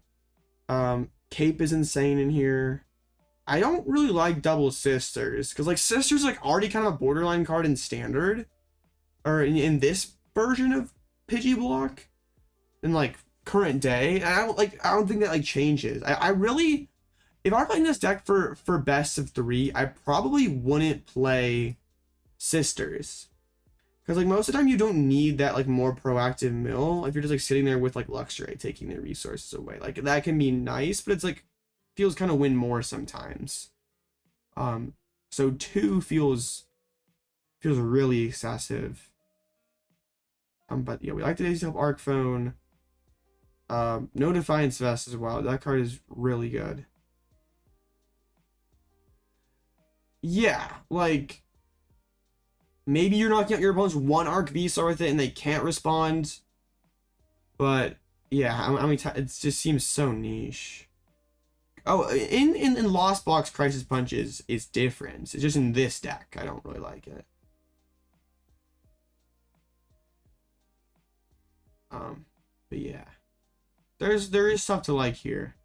But I'd like to see a big Luxray, Defiance. Yeah. I think like with all those arc matchups, it's like probably gonna actually be pretty important to swing with Radzard early. Now that I think about it, like against Argentina, you like bench Mimikyu, and you even like put Cape on. It's like force them to start using Shred with Luxray, and then you go into Radzard, knock out the you don't Cape the first Mimikyu. You let the Radzard, you let the Mimikyu die to a shred, and then you go Radzard knockout thing, Tina. Then you go back into Mimikyu, and then like eventually they're gonna run out of energies. So it is hard to recycle Radzard over and over again without Klara. So I'd like second Rod. Like I have like a dummy list in my head that I just need to make, because yeah. Yeah, Break Control is my favorite deck right now. Like if I were to go to a tournament tomorrow, I would play this deck. I have cooked up some post-rotation lists like on long form videos, but like live? I mean, we could. Have there been any other like winning ones? Because there's been like regular control. But in terms of like the Pidgey deck, like more what we're talking about. Let's see. Any other ones? Lots of Bibzard and Lugia. Yeah, we could try to cook up a post rotation list.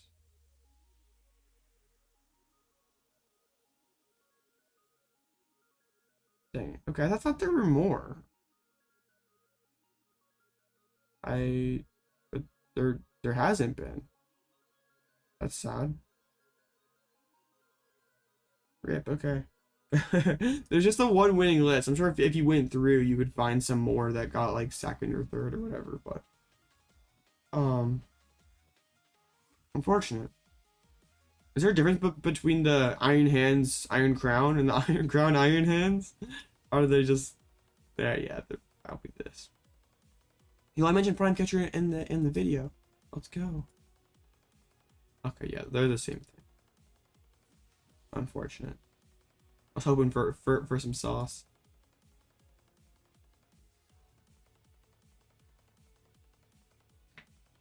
Dang, 0-1-1. That's tragic. Oh yeah, tying Pidgey block, that can definitely happen. Seapow tying to Roaring Moon's kind of crazy.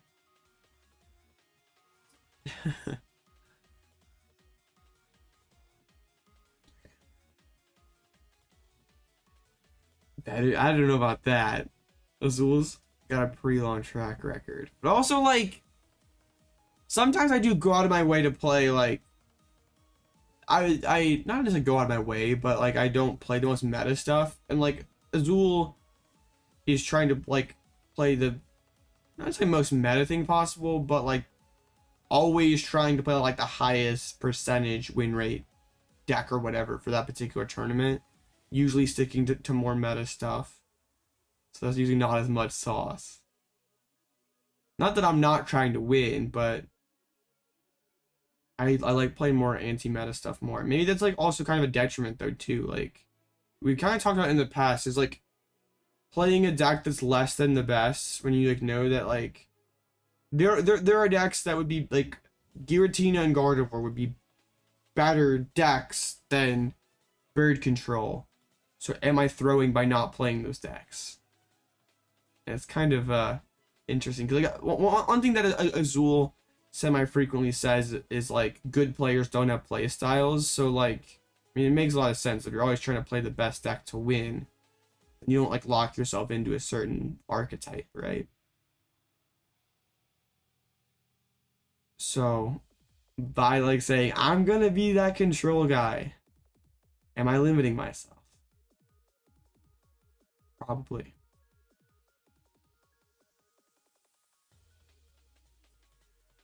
It's a fun conversation to have.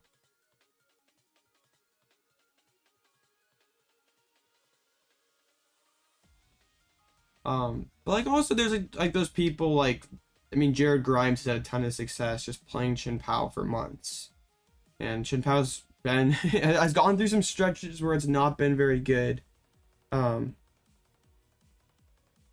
But bro keeps playing it and has had some pretty quality finishes with it. Some spice in Goldengo tonight. It's nice.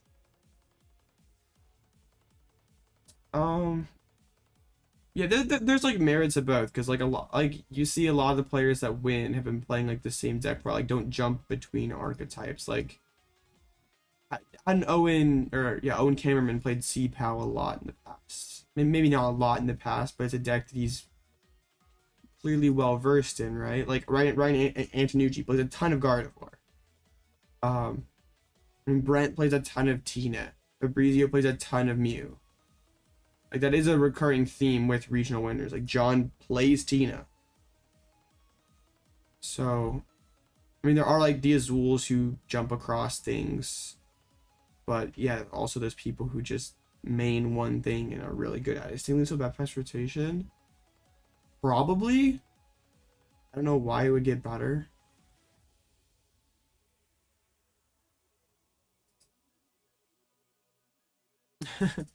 So maybe I'm just trying to convince myself to like just keep playing control even into post rotation and just play it at like Orlando and just we win Orlando with a control. That's the move, right, chat? Winning is good.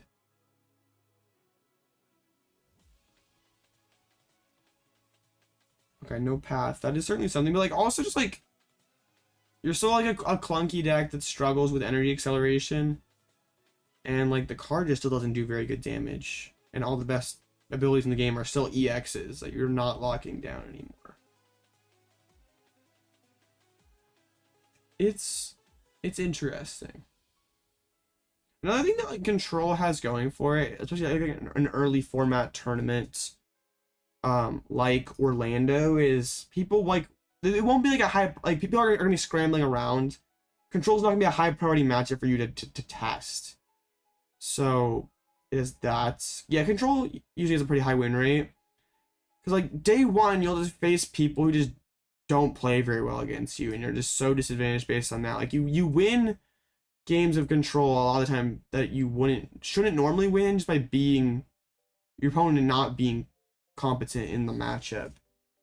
Like come to day two and people know their stuff, that's not going to work out too. You can't win as many games just based off your deck being weird. But also like, I mean, Orlando's gonna be super big, right? Like the biggest tournament ever, like 2,900 or 2,000. Yeah, it was like 2,900 master cap. I don't know if it hit the cap. So it's gonna be one of the easier regionals to day two. Like a lot of more casual players day one than like when the cap goes up so drastically. Like by that, like that's not scaling with like a ton of good players. Like there's more casual mid players than there are good players. So Control might be the move to get day two. I don't know. Yeah, we'll have to see what the meta ends up looking like, and I'll be playing a lot of Temporal Forces on stream, and there's gonna be some big tournaments like second weekend the set is out. It's all exciting. Right, I do have to get a Limitless page. That was one of the goals for this season.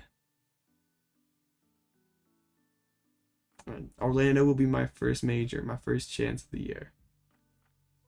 I'ma try. Oh, man, like, yeah, wasn't Orlando like 2,900 masters, right?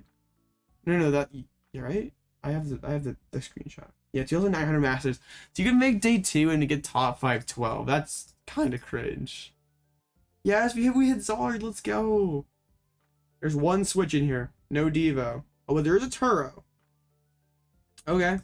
We can do this. Mimikyu is so good. And they're playing the new Charmeleon. So we like this matchup. Dude, I feel so bad making day two and just getting like 20 CP.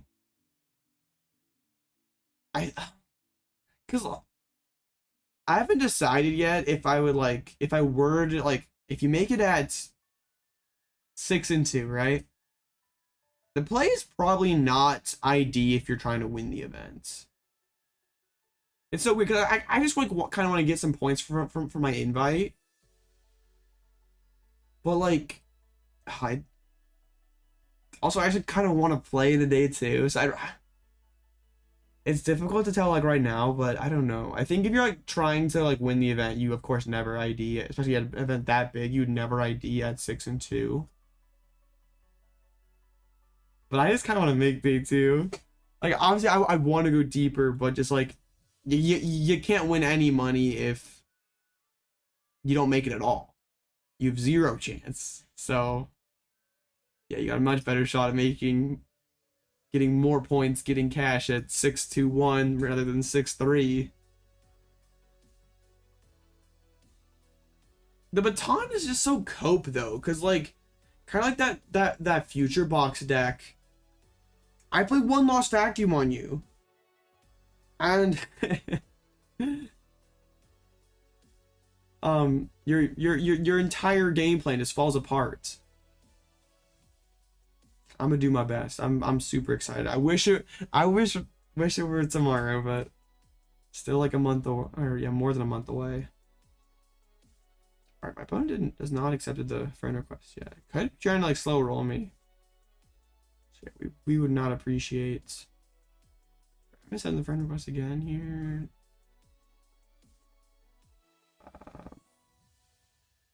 They haven't. Yeah, they just haven't accepted it yet. A little annoying. We'll just send it over and we'll try resetting again. One thing that I do think definitely helps online are playing frequently online tournaments, and it would like just like League Cups, it would translate over to like a regional. Like I do this like what, like 3-4 times a week. So like I kind of like a stamina built up of just like I sit down and play a lot of Pokemon cards. So I have like that mental stamina built up. So like I was at some cups a couple months ago, and like by top 8, most of the people like visibly tired. And I was like ready to go. So I feel like playing online isn't just good for the higher quality practice, but to put yourself in that like tournament environment. Because it's definitely a marathon to get through those last couple rounds. I mean, Pidgey is better for best of 1. I'd say the tie risk is kind of low in with Pidgey control. I just want to go second and set up. I don't want to get donked. I mean, I guess I go first and we're safe, right? I don't know. Dang, bro, that would have been so good.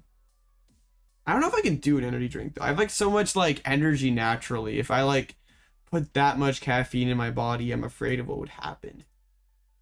Yeah, those Dondozo sleeves are kind of sick. I don't know where you got this from, but those are pretty cool.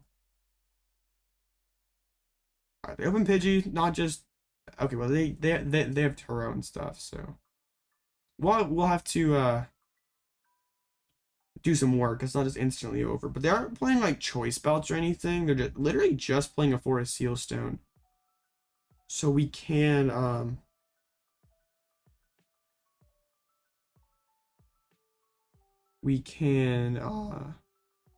use Luxray rather safely. They did Ultra out Iono there, and Arven, so their hand's pretty loaded. Yeah, those seeds are nice. Like I'm not usually too big of a fan of the gameplays, but those are pretty sick. The only playing control. Whoa, they bench Rotom! No way. Yeah, for some reason, a whole lot of people don't play control this format. I know it's pretty good. I don't really know why. I think probably because it's scary. Like the deck just looks scary.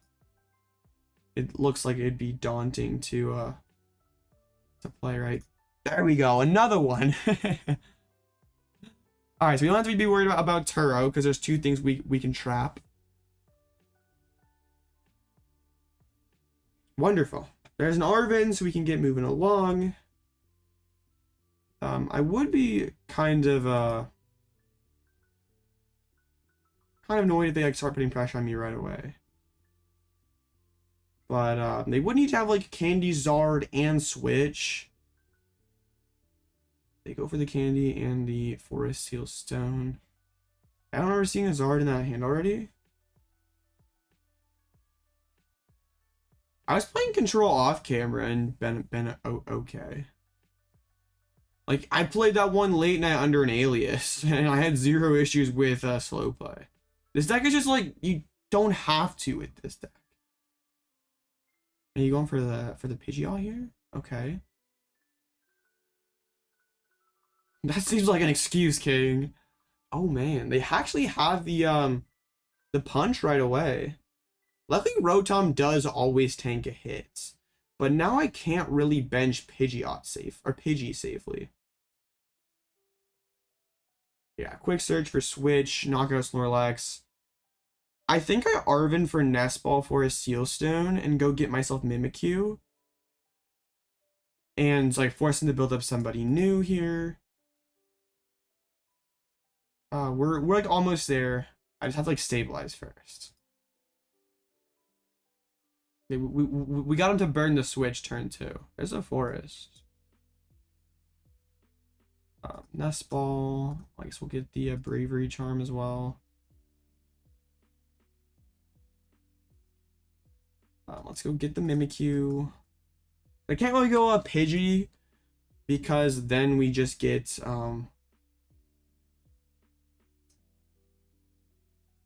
we get ourselves just bossed, and that just doesn't end well. We have to bench 2 in 1 turn. They play double vac. Did I just make them have to find the vacuum though? That seems fine. Like if they have the quick search for that, they're not quick searching for Iono, so that's fine. But we found an Ultra Ball, Stormy Mountains boss. That's okay. I mean, yeah, it's probably smart to record the matches. Okay, they should have the vac, no quick search.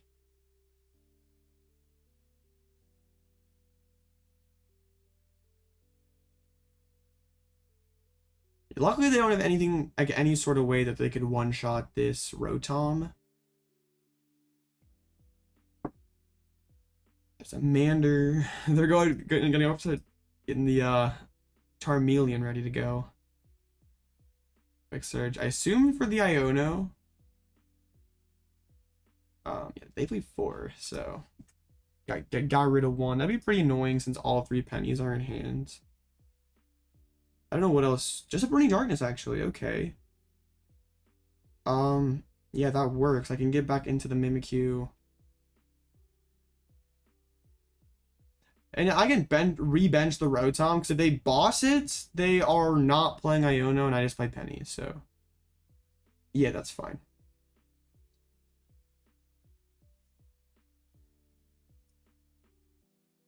Yep, we can play this game. Yeah, the time diff helps. Being able to show that. They don't always like yeah, the TOs don't always like honor that or use that as like firm ground to like analyze someone, but yeah, that's usually pretty definitive. Like yeah, if you're like show screenshot of the board state, like they have no way of winning the game. And let me shuffle in a couple pennies in case of a Iono. And the huge time difference, yeah, that's usually enough.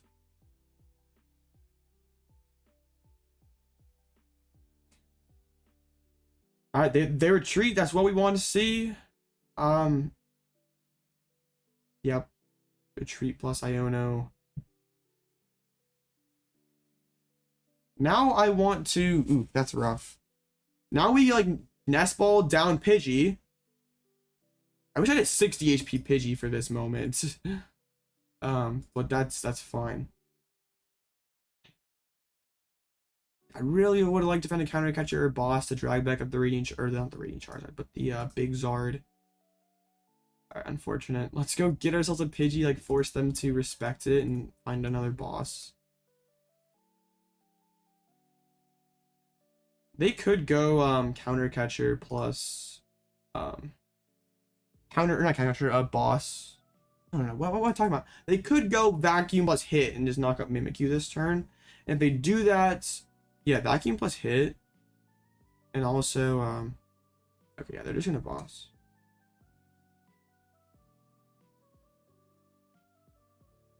Annoying, but only the one remaining boss, I think.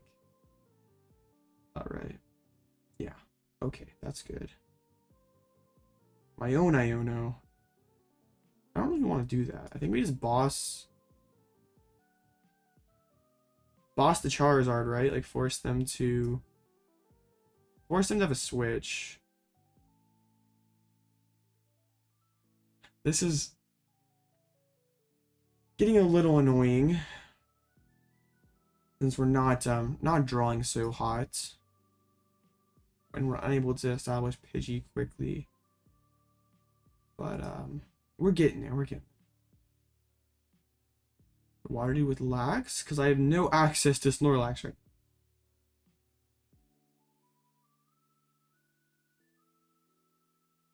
now. Okay. My opponent is making progress here.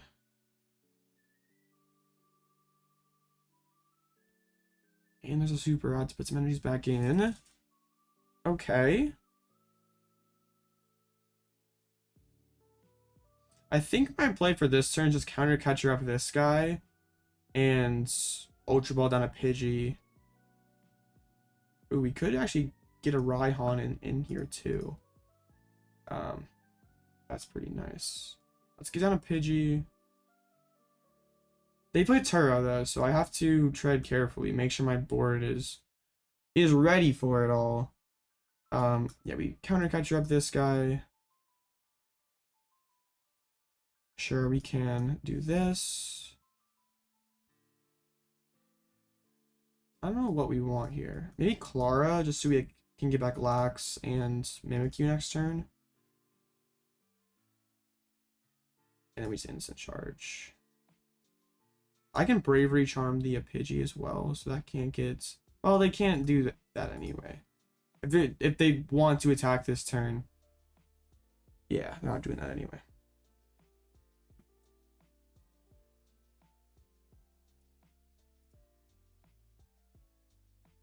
So yeah, they play 7 fires. They've spent 1 super out of 2 in play, 1 in the discard pile. They gotta commit 2 more to this Charizard or spend the Turo, and if they spend Turo, they just instantly lose to retreat lock. So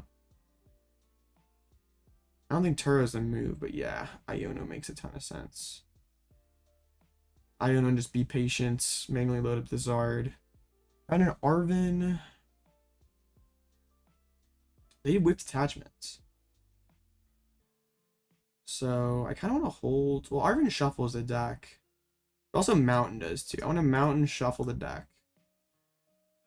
We could also go Luxray Fang type, but the board not built for that right now. Sisters. Ultra Balls. I mean, we could go Mawile here and retreat lock, but yeah, once again, the board's not ready for that. Found a Pidgeot, so we can Arven and get that up and running next turn. 3 Iono's gone, so they're running out of ways to keep putting cards back into the deck. And they kind of don't want to evolve this thing into a Zard. Yeah, I mean, going Candy Zard boss would be kind of annoying. And they might have access to that, but if they had their last boss like that, that would be pretty annoying.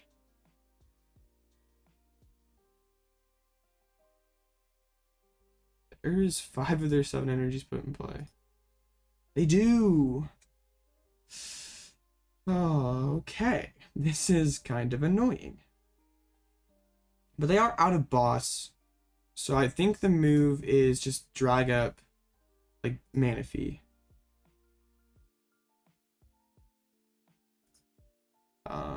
Well, actually we that's Mimikyu. I want him to have to retreat. I also can throw back in Pidgey as well. I want to keep instant charging here. I just need 1 Pidgey now. Okay. Yeah, because there's no boss left, so they'd have to like pivot back into this Charmeleon. Alright, boom. I just gotta find 1 Pidgey to get down here. And then it's like as soon as they retreat and hit me, I should put the Bravery Charm in play. That was a misplay. I bring back up the Charizard. Like we're gonna get into a run out of energies. Combustion. They spent both lost vacuums, right? So they can't cheese me.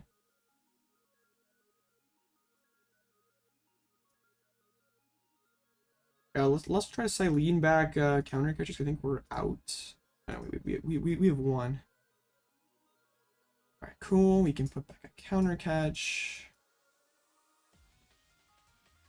And yeah, they have to keep moving out of this Charizard.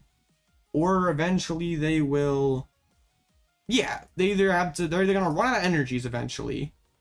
Or they play Turo and I win by retreat lock. And also just lets me just keep sitting here and instant charging. I don't have to like Mawile and lose my draw. Okay, perfect. I don't need that. I don't need that. I don't think we can throw the DTE away as well. The next turn we can Arven, get down Pidgey and start rolling with that. Still 12 minutes to go, and they only have like one Iono left. I guess they only have 2 prizes left, so have to be a little careful. If I ever, I should have held the Turb with the fire in the prizes instead, so I could have gone drag up this thing Fang Snipe and tried to hit a Super Rod, or I guess he has to Rod or play Turo this turn.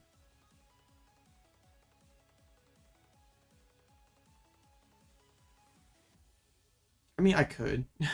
I want to save my 1 energy though for a Mawile play. There's the 1 Super Rod remaining.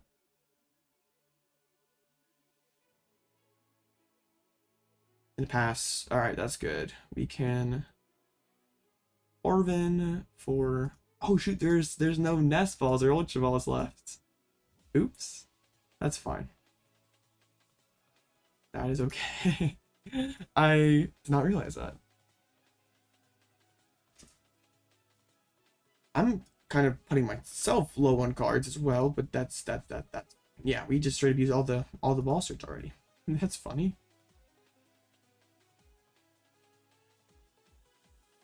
I should probably bench some more guys actually. Because they don't have any bosses left, but they do have an Iono left. I'm playing this kind of bad.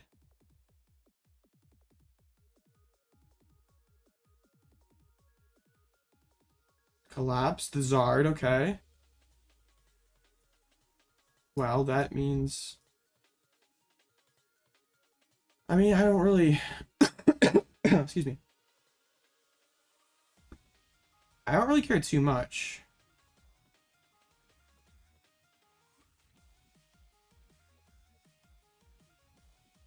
I think now it's time to... No, it's not. It's not. It could be, though. Yeah, it is. It is. It definitely is. They don't have any...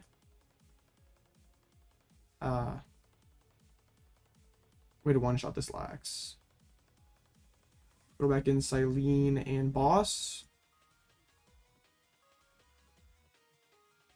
It's the other catcher's prize. I probably should put back in Peonia instead of Boss, but it's okay.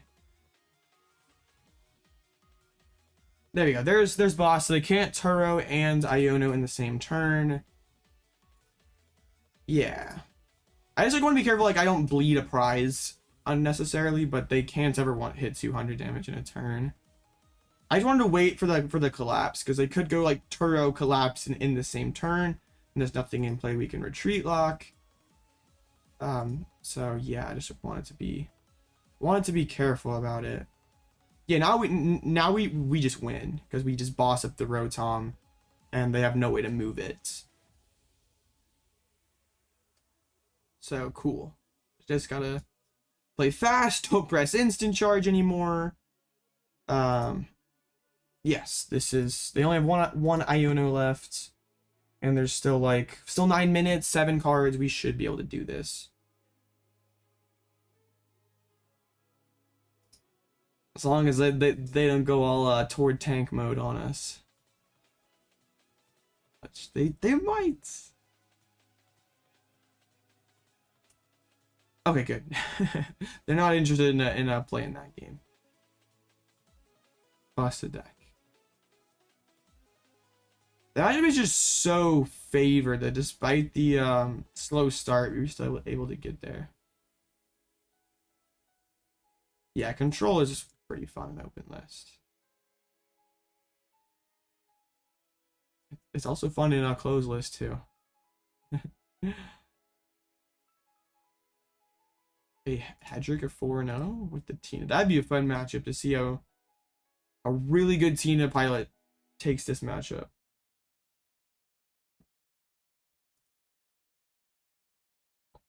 I don't know. It is good and it's bad. Because your opponent knows exactly what you're capable of. Like when I was playing this like IRL for Cups, I had people just assume things about my deck that were just not true. Like I had one person who did not think I played Erika's because I was playing all the fire stuff. Or I just like, someone had one Tina in play and I just knocked it out with a Raging Charizard. There's definitely pros and cons. Like I had at least, there's like 1 or 2 people who did not expect Chi-Yu to just deck them out. But yeah, knowing exactly how many, because I would have probably gone into the switch lock earlier had I known my opponent was playing, had I not known my opponent was playing Switch and Turo.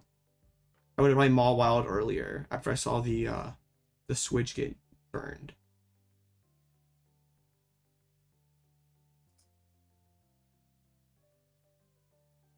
We take those. Are there any other Zards at 4-0? That one lost, unfortunately. That one won. We like that. Okay. There's no like Gengar cheese or anything in these. There is a oh man. Would have been happy to see Rapid Strike.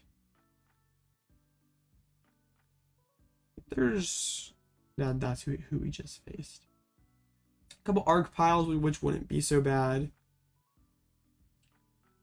I'm pretty sure we just lose Snorlax mirror match because like they always should get crab first because we have no way of searching out fire energy in this list.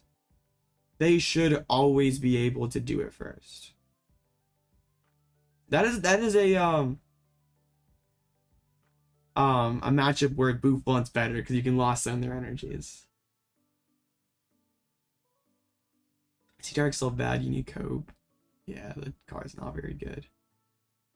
It's got some pretty cool stats. It's just like, why would I put 2 energies on that thing when I can just do it on a Charizard? Yo, there was that time where Rapid Strike was seemingly the deck, like the perfect position deck. I just never got it done. There's like so many tournaments where it's like Rapid Strike is the play here. And they're like top out at top 16. Which like isn't bad, but like when you're the play for the event and you don't like aren't even at least in top 8, then that's not a good look.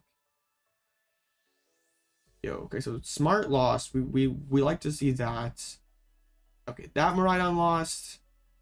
Fusion Mew lost. Okay, this bracket is starting to look pretty good. We'll see, we'll see. You fell asleep in your chair? Nice. That's Pika bird control cannot put you to sleep. Arbok is 4-0? Is that this? Yo, it is the Arbok. I mean, I don't think Tina would appreciate a Judge plus Arbok. That's awesome. This deck with Unfair Stamp? We're cooking.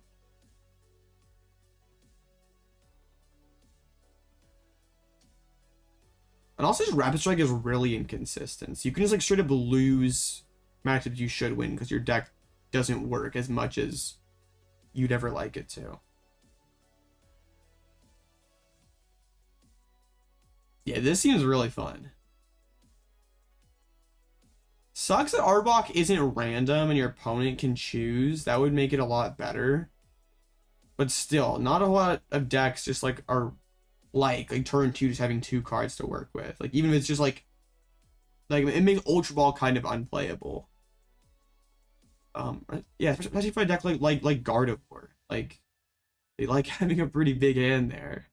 Make sure some tough refinement choices or Ultra Ball choices. I like it. And they beat, I mean, Sablezard wouldn't appreciate the disruption. Tina wouldn't appreciate it. Reversal Guardy would. Zard would be a lot harder, but they still got the dub against Zard. Like, you have Moon. So you're also able to, like, take prizes aggressively. You can just like a goofy lock deck. Yeah, Rigid Band makes like you're out of lost impact range. I feel like Tina actually would really hate this matchup. Like, if yeah, you're just discarding cards actively from their hand, and you can't even one-hit them, and they're one-hitting all your single prizers. Yeah, that seems kind of evil. We might have to bring this to the channel. Hold up. Yeah, Arbok gets some fun toys. Yeah, Airy plus Menacing Fang sounds pretty rude. But yeah, especially Unfair Stamp. You can just straight up handlock people. Ironically, like, if you're trying to go for like a handlock strategy, 150 damage is actually kind of, well, it's good and it's bad. Because you can like counter catcher up a bib and knock it out and discard cards from their hand. But also sometimes you just like don't want to knock something out. Like if you're like counter catching a something to retreat lock, you can't always do that. Yeah, Arbok might actually be real after Unfair Stamp. That'd be a lot of fun. Still ways until we get that card, but yeah, that sounds like a ton of fun.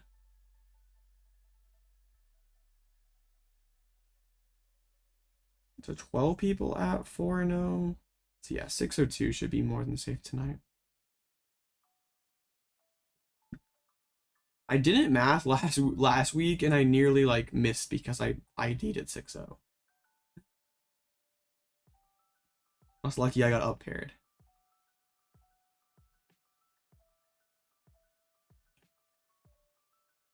What's that one? Oh, Bird Control versus Arc. I got top 8. I lost to a Turbo. Like, that matchup last week is just so bad. It was, yeah, it was this one. Oops, not my deck. Yeah, they end up getting second, but like, I can't bench Pidgey. I can't use Rotom. You have like enough energy to load up all your Pokemon. You have 3 different Mimikyu answers. They have 3 switches. It's an aggressive deck, so it like, I have to get going quickly. Like, there's just so much I have to overcome here. It's just not happening. Like, without Tomb, and I can like put Charm on Rotom, draw some cards still. It's probably like a 20-80 and could get better if my opponent's bad. This person was not bad at the game. They didn't just big bench Mareep or Squawk for no reason. But yeah, they would go for like load up their bench with like Mew, a couple Miraidons, Iron Hands, Tomb, and it's just like I can't do anything about this. Like, like unless I get insanely lucky with the sisters, I shouldn't ever beat this deck. Unless either get insanely lucky with the sisters or my opponent plays silly, or like opens Mareep or Squawk. Yeah, they tied. You have the Pidgeot to knock out the Squovit, but still can be hard to get there. Yeah, that's why I'm not happy, because like Miraidon seems like a good meta call with all this Guardy. And this is an Arc. What do we have here? We have Double Jet, Rope. We can work with this. Squovit also, my arch nemesis, Squovit. Yeah, Mimikyu is super good against their deck. To start using Barrel. Yeah, I just have to. Nah, Pidgeot's way too good. Like, it's not only good because it like helps you find your cards, but also it's like tanky enough that like your opponent like can't like justify like, oh, I'm just not gonna kill your Mawile. I'll just hit your Pidgeot for 180. Like, okay, I'll just go Cheryl and Gust, and like I don't really care that you did that. Or if you're playing like a more fragile draw engine support Pokemon, whatever you wanna call it, boss becomes a lot more powerful. All right, let's hit the restart. This one is not like, okay, this one I want to go first. I get my Pidgeot going, can balance the paths. It's not that bad. But it can go off the rails because they're a Judge Bath deck. Yeah. Luckily, there's only one Judge. Like, if we go first, it's not super high odds they can hit it. And then, yeah, also they have Tomb, so they can slow down my Rotom draw. I'm pretty sure that this person got top 4 last week. So obviously knows what they're doing. But usually this matchup kind of like degenerates into like, can the what's it called? The Arc player play for the tie?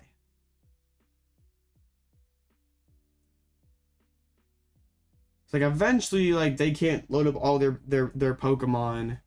Squovit goes down so their deck's not infinite. And yeah. But they still have a lot of shuffle. Like 4 Iono, a Judge, and a pad, so there's a lot of ways to get get cards back into your deck. Okay, they're not accepting, which is a little annoying. In a matchup that we're kind of crunched for time, it is. There we go. it's stressful. Someone say control, of course. That's what we're gaming tonight. Dang, that sucks.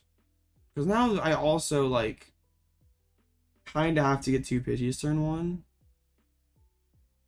We'll see. Hopefully they just like whiff Arc turn 1. They just don't get Arc attached.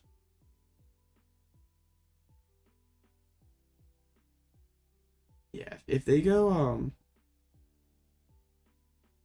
Arc attached Spiritomb, that sounds awful for me. This hand sucks. I'm playing Control for Atlanta, bruh. The cards aren't even out yet. So I have no clue. I'm trying to like win and get some points, get some cash, so if control ain't in, I'm not going that way. That's Spiritomb.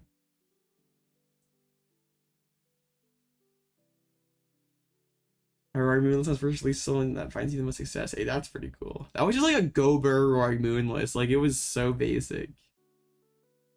And they go Bidoof early and not Spiritomb. I like that.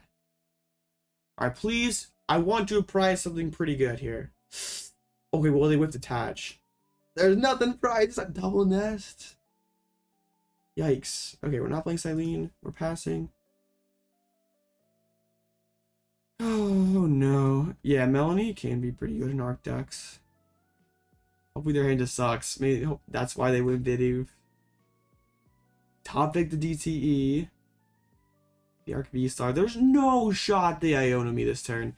Alright, top deck or we lose.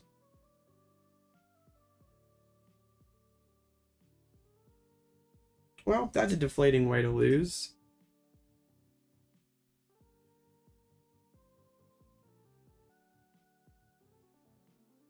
And they have top like energy back-to-back turns. Not that it mattered the second one with Starbirth. Dang. That feels bad.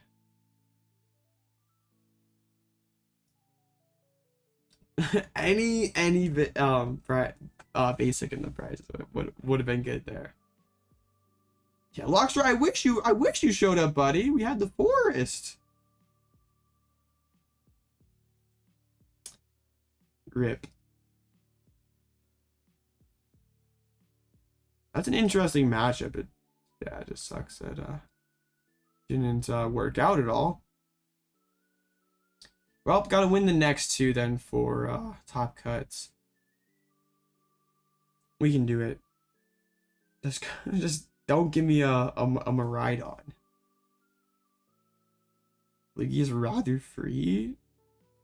I don't believe you. Right, and okay, if it is rather free, you're probably gonna have a ton of Yakumos, and that sounds gross.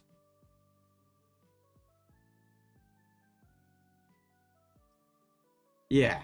We opened Slax and drew past for 3 turns. How many jets does like a do they play? Yeah, bro, that's not happening. Because you have no control over the jets. Like, you have no Sydney anymore. So yeah. I don't know how that's working for you. If they just go lax over and over again. And even if you try to spread out energies, they have 4 switches you can't touch. They keep 1 Lugia in play, like, or, you know, yeah, they keep 1 Chinchino in play so they could one-shot a Chi-Yu if they try to go that line. Even Quad Sinnoh, I mean, Quad Sinnoh would help because, like, they don't have enough stadium matches to keep up. But you can't, you can only for their energy so much because, like, eventually they just hold all their jets and each jet is a prize card. And yeah, they have to take like 2 prize cards with like and their jets. Like, they just build 1 huge Chinchino, one-shots all your Pokemon. Yeah, I don't think that's working for you.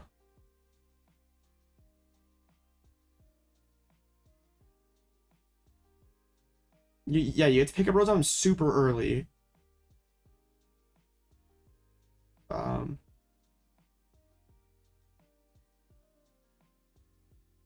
Yeah, but then they just go Jet Chinchino 1 hit. And you're cooked.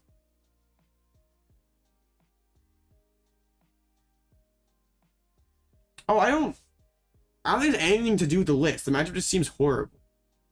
And I think you're coping if you're saying 1 Yakumo fixes a matchup.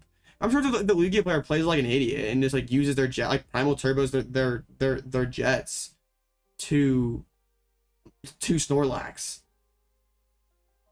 Yeah, the issue is though that like you catch them 4 times, but they have to take 1 prize to activate the catcher.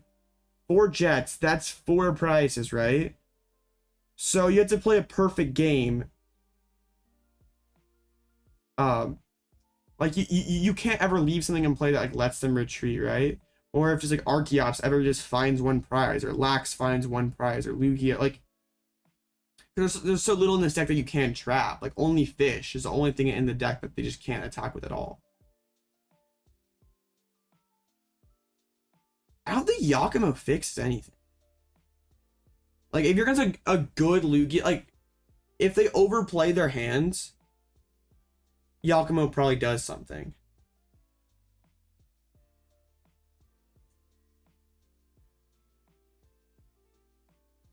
But you're totally misunderstanding. They don't have to load up anything. Or they only have to load up like 2 things. Like, Minccino needs, what, 4 energies to one-shot everything in your deck? So they play 4, 8, 12, 17? No, not 17, 15. Alright, 4, 8, 12, 15, 17, right? So there's 4 on the Minccino, excluding jets. They can put 4 on a Lugia. Like, and then they have their 4 jet energies that are a prize each time, at least. I'm not seeing the vision here. I think if you're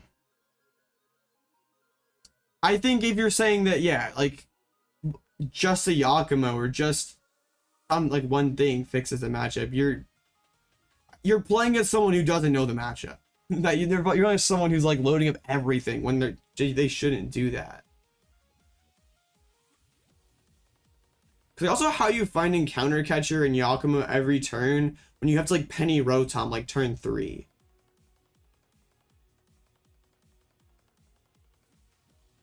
Because yeah, if they can just go Boss Rotom turn 2 or 3, they have 4 Jets, which are a prize each. It's not working. At least like if you have like you're playing a more aggro build with like Pidgeots.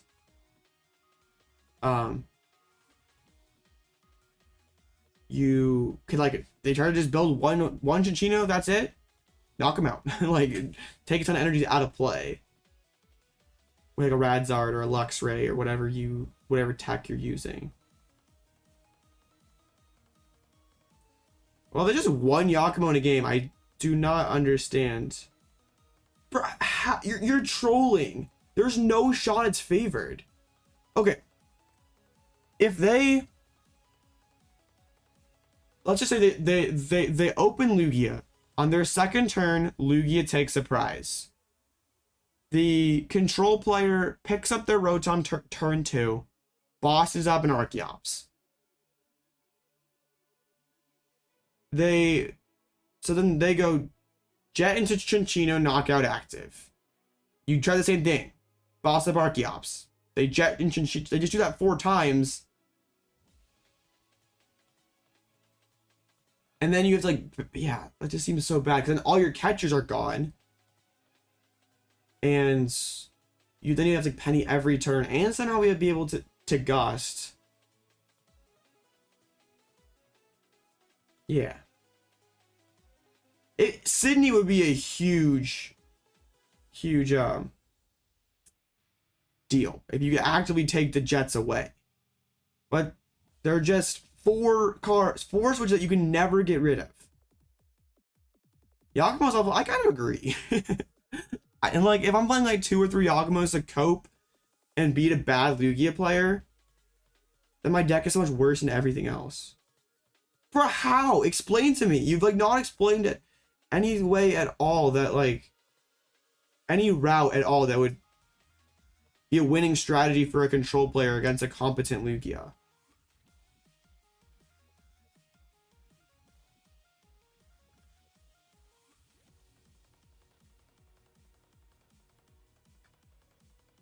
I think it's like Tina versus Lugia or Tina versus Control in this format. You can maybe cheese a win against a bad player, but you're not like against a good player. I don't see the map unless they like get insanely unlucky, like prize like 4 Jets or something.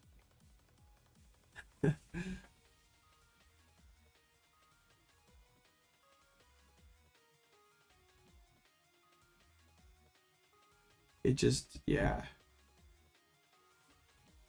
Dang, how'd you actually beat the down pair Pidgey block? Like at least if at least I like with Pidgey could use like something to take those Chinchino energies out of play. Oh, we're playing temples. Okay, that's a key piece I was missing. That is, yeah, you'd have to play a ton of temples.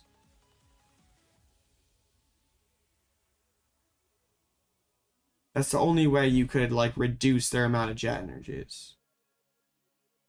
And that still seems kind of cope because you have to pick up Rotom so early. Right? Because they still at least have like 2 collapse, 2 jets. They at least still have 2 switches. Yeah, if your draw is just entirely shut off early in the game, good luck gusting and finding your temples every single turn.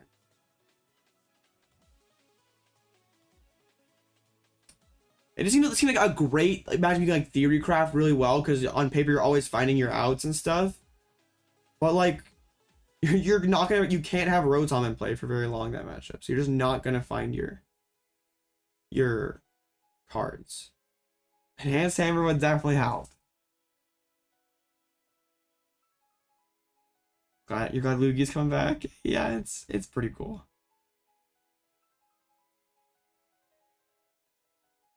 And like playing Temple, I mean, I guess just you send me the list. Yeah, just playing Temples feels kind of gross, but you might have to. Just like not playing a consistency stadium and.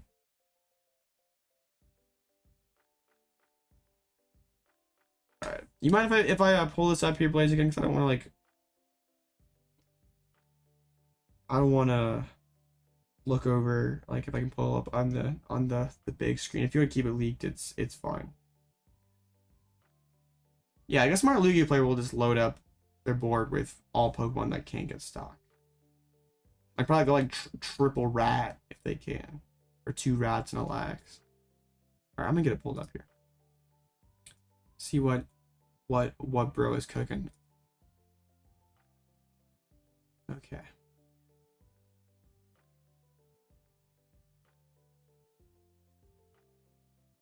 All right, there it is. So here, let's do this. Yeah, that kind of works. Let's cut off a little bit. That's yeah. This works great. Okay.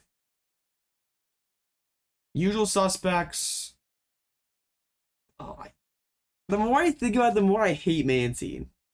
Like I hate Echoing Horn, and Mantine is so much worse. But you kind of have to play it because I feel like, well, I think for like EUIC, you don't play Mantine. And then people will be like, oh, there's no Mantine in the list. I'll just Ultra Ball away all my trappable Pokemon. And you have to play Mantine. I'm kind of like not. I think instead of playing Daisy and Arctic Phone in this deck, I'd rather just play like second Cyllene and a third pad. Like in Pidgey, you can find your Daisy and your Arc Phone. You can't really do that here. And you like have thicker counts of your annoying supporters that like, oh, I prize an area, I prize a sisters, I prize a penny. It's like not the end of the world.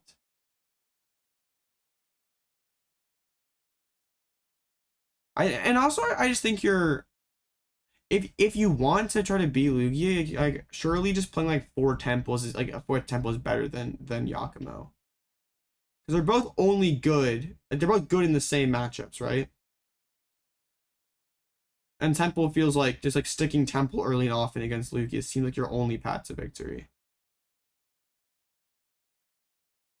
Well, like if you're just afraid of prizing, especially like staying infinite, I'd rather just do that than play like kind of a cheesy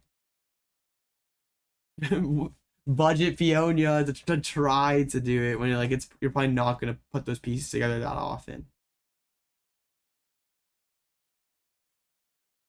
I'm still not sold that you're gonna be, even with all the tech, you're gonna.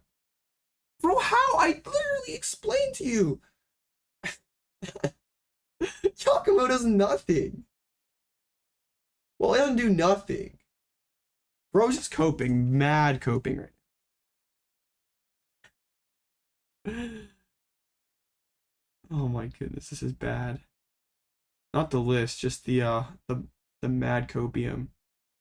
Oh yeah, Mimikyu does very little. I'm not sure what your. No, you explained, but I explained. You're like totally glossing over the fact you have to pick up Rotom super early so they can't have that 2 prize snack on the bench. And as soon as you do that, you lose almost all your potential to chain or chaining Gust Temple. You pretty much have to do that every single turn to win the game. And as soon as you lose Rotom, which you have to do, you can't do that anymore.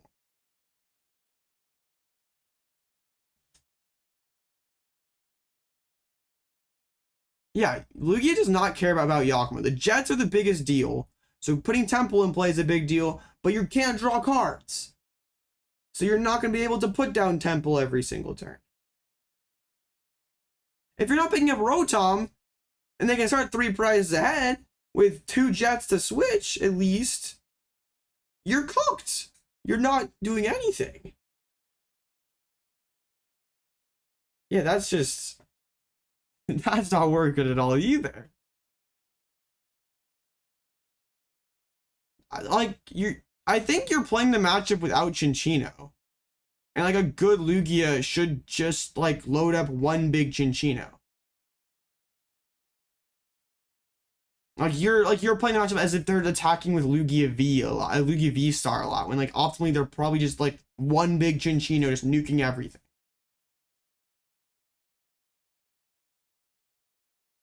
Like, so yeah, if you've Cape Rotom, they would need 5 on a Chinchino. That's like not even that much work.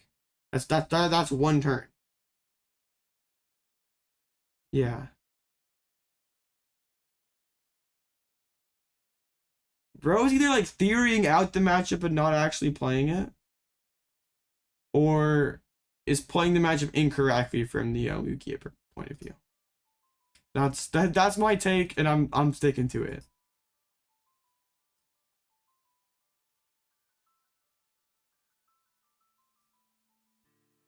But the thing is that they play 17 energies. So what is 5 energies to them, really?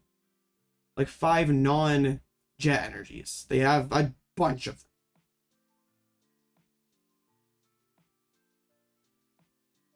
And like putting a third doesn't really matter. Like, because you'd be starting 3 prizes ahead if you're KOing that Rotom. You still have all the jets. So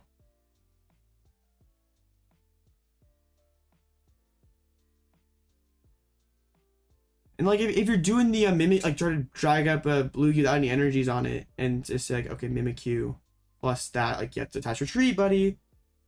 You can't go solo Mimikyu against them, so they always have a boss prize through that if they want it to, just like double primal turbo to a Lugia, two double turbs, knock out a Benjalax. You're just totally glossing. Okay, this debate's over, but you're just totally glossing over Jet Energy as a card. They don't have to spread.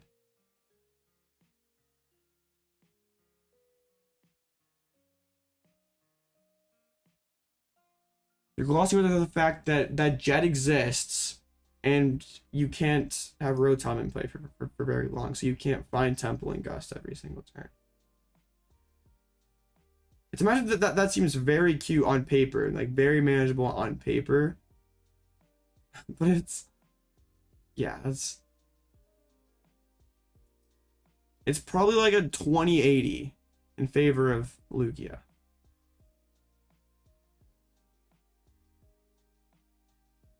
Like if the Lax rolls hot enough and the Lugia doesn't, then yeah. And like also that's just this also, I don't know like how many stadiums has been the norm. Like if there's some playing 1, I mean yeah, if there's playing 1, that'd be a lot easier.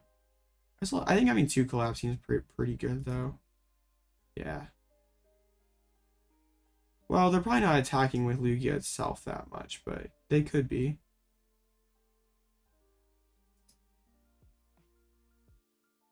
It looks like most of them are on 2 stadiums.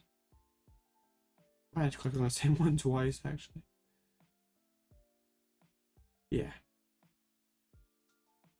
Yeah, a lot of them are just playing that one list, so.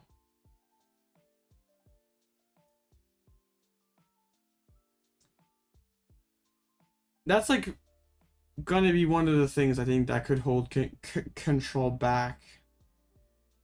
Is if I understand getting excited for the next format and wanting to prep and do well, but like trying to strategize with like an anti-meta deck is the play when like Lugia could end up being like a 8% deck. And you can take an L, it's like an 8% deck. We just don't really know.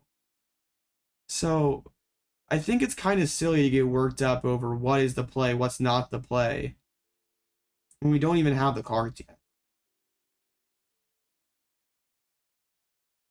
It's why I think it's why Bird controls the move, because it has a lot more potential counterplay into those bad matchups. Yeah, that's why I'm like not. the term outplay potential is like kind of overused, but like it feels like Bird can like work through awkward matchups a lot easier than regular Block can. Where Block like is kind of just like, you know whether the game's over or not depending on what your opponent's flipped over. Like you're flipping on Charmander, we're gaming, he flips over a Rotom V, it's over. Like at least with a Bird control, there's like it has a wide range of outcomes, which is, I guess, sometimes good and bad.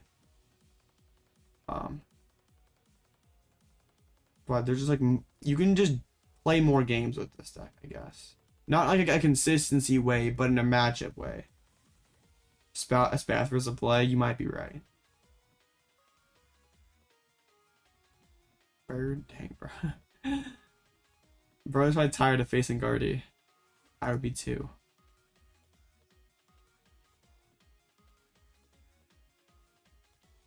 We'll have to see how things end up developing. But I think Lugia is going to be a top 3 deck in format. Could be in the conversation for BDIF. I'm sure there's counterplay technology to deal with the deck for things like Charizard that might have kind of unfavored matchup into it, but the deck seems really, really good.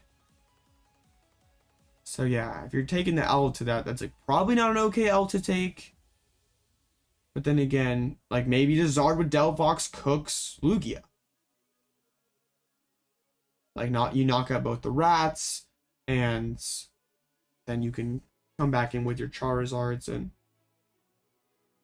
oh yeah, you're not very much of a Snorlax deck. You could cut down to 1 Lax, honestly. Like, yeah, saying it's a Snorlax deck is, even kind of comparing it to regular Block is kind of weird because they don't really play much alike. I mean, they both have the same win con at the heart of it. Like most of the time they're running their opponent out of switches. But this is just gonna sit there and grind you out of switches where I'm gonna actively take them away. What's it even do here? Well, it can be nice to sit behind because like Mawile, like actively using Mawile is kind of scary because then you're not using Rotom. So if you like, want to burn, force your opponent to burn switches early, bosses early, and to get around the Snorlax lock, and still instant charge, right? You don't want to like use Mawile all the time. But like against Gardevoir, they only play like 1 boss, and it's harder to knock out a Snorlax. It's got more HP, so it's usually better to sit behind Snorlax initially than go Mawile.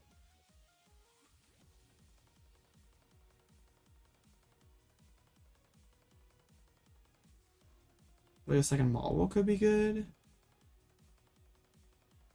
I don't know, cause like most of the time when you're Mawiling, the game's already in hand. You're like, I mean, against Gardevoir, I guess, but like second Lax is just better, I think, in that matchup. Yeah, I don't think you need it, honestly. What do we lose to? Face Arcpile and Drew Pass for 3 turns. Is this deck bio post rotation? It should be. Kind of impossible to tell for certain. No, you weren't rude at all. You were mad coping, but wasn't rude. It's hard to tell like whether like an anti-meta deck is going to be great when you don't know what the meta is, but it should be okay. It's got the tools there. All right, 59 out of 59, kind of like an early quick done round here. How are my fellow birds doing? 8-2-2. That's pretty crazy good. They already left. They lost to Hedrick, and I lost. Yeah, all my comrades are suffering the same fate I am. It's all right. We got this.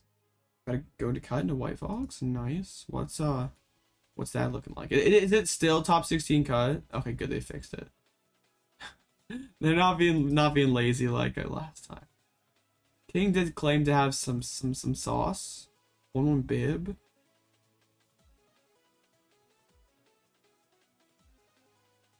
Huh. Don't know how I feel about that. I'm not much of a cheese stick enjoyer.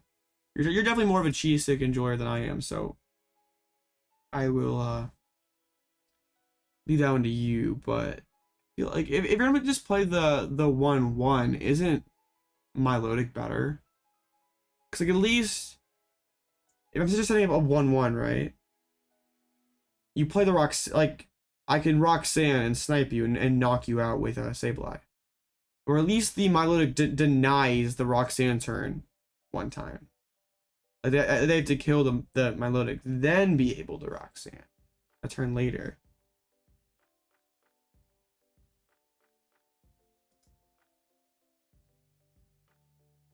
But yeah, Bib's like the better, like, actually drawing cards is better a lot of the time. Yeah. I don't know. I haven't played much Golden Go, so I don't know what the move is. Also gonna cut into White Fox, nice.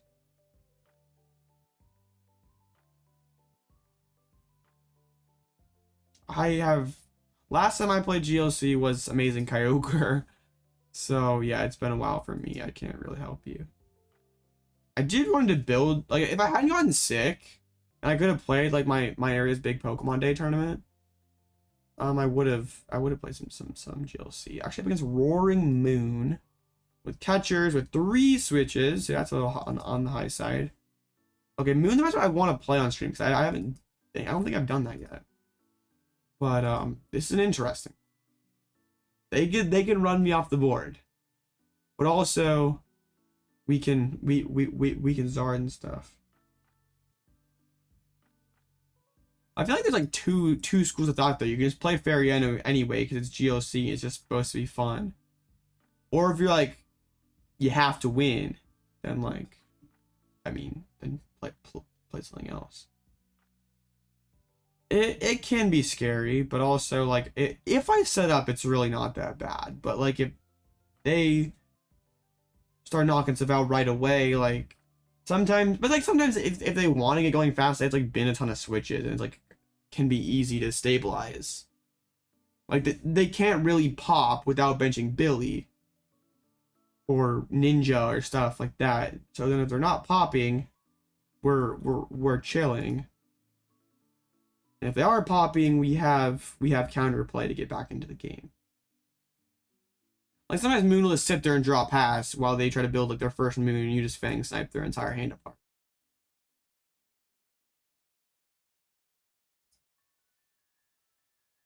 I mean, yeah, just like it's GLC, just have fun with it. Like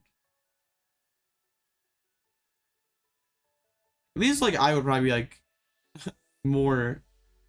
Oh, the only reason I played Amazing Kyogre is like, it was like a tournament that has like 1,000 codes for a first. I've never hit RCS rank.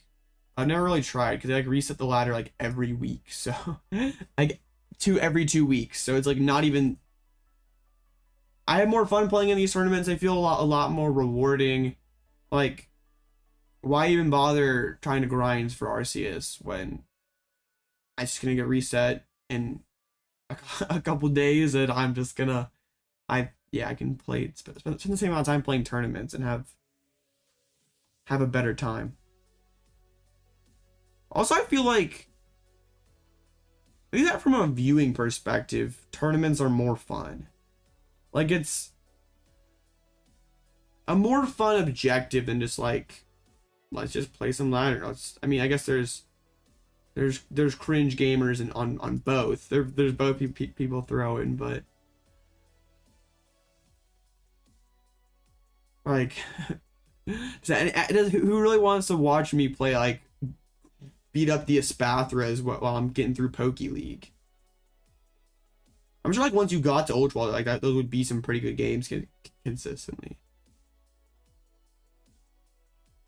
I don't know because I never really tried, but do the are the queue times like long once you get to like Ultra Ball or something? Because you like couldn't face people in like Poke League.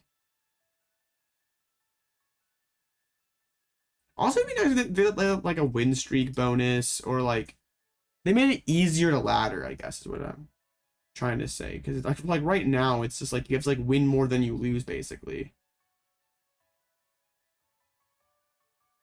Cause like all the open Billy, that's not good. So now they kind of have to pop. There's a Pokestop. They draw a switch card early. I guess that's not bad because they can get out of the Squawkabilly. If they're not popping, we're chilling. Yup. Okay, I could have guessed. Whoa, they just ripped the Billy. They just like straight up lost the switch card. Okay, wow.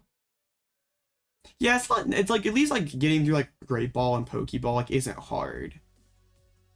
I'm sure that the higher ranks, like really like the real sweaty gamers, are that's some solid Pokemon. I just don't have too much interest in like, I don't know. I have much more fun playing the tournament. I guess like that's my best excuse. So if I'm gonna commit the same amount of time, I'd rather just do it in an area I have more fun doing it. If like there was like a ranked ladder, if there was like more enjoyment to laddering, then we'd be having a different conversation. But right, no, like, I can't believe there's not a rank ladder. Like even if it usually had like an ELO or something. Like after you reach Master Ball, it's like something. It's kind of crazy. Yeah, that's pretty much me, Sniper. Rip to counter catch. We can Artazon for Pidgey next turn. I just want to go Rotom first. Make sure we can draw some cards. All that fun stuff. They only have 2 switches left.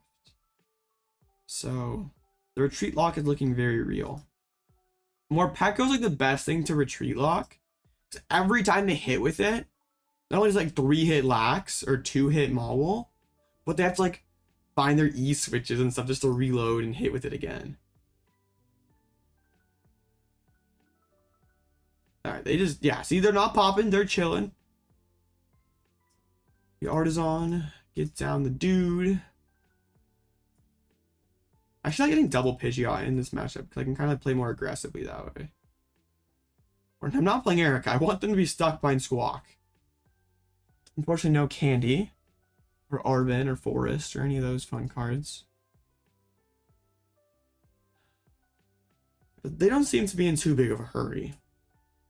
I don't know if their hand just sucks or they're actually playing slow. It's tough to tell when you're block gaming because sometimes they just have a brick and you can't really capitalize on it. But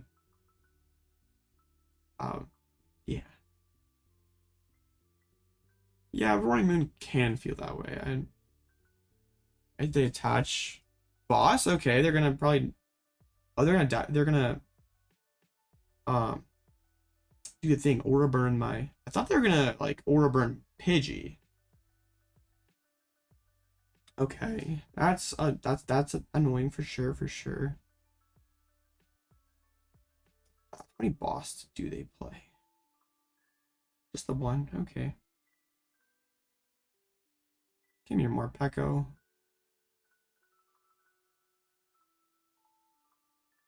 I don't know if I want to get a second Pidgey, to be honest.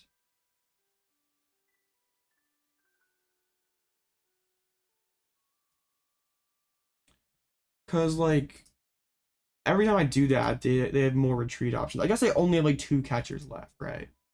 Like, yeah, they're only remaining Gust is flipping coins. But a Pokemon catcher does have a track record of being good against me. I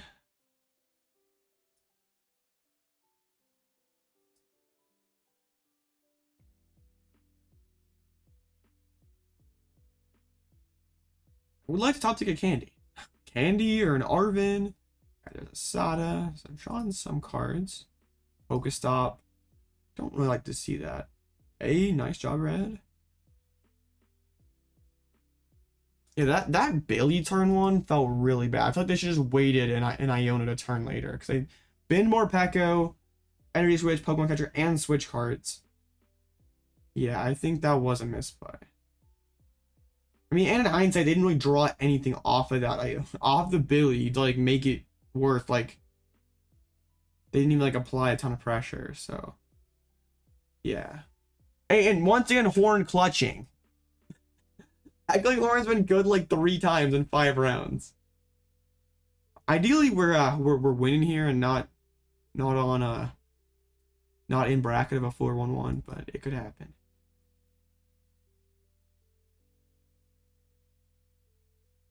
I don't know what you're playing, so I'm not sure that's a good catcher. Don't do it. Be nice. I told you I have a history with this card. It hates me. I've said so many bad things about it.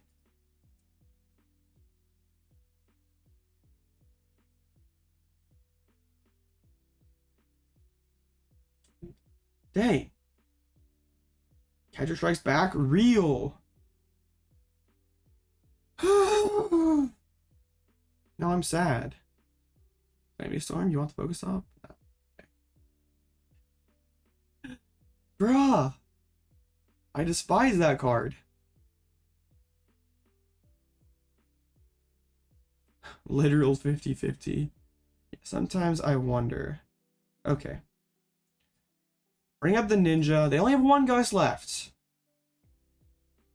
Yo cheer. I want these 2 back in the deck. We mountain back Rotom because I have to like draw cards. I can't just let them run away with this game.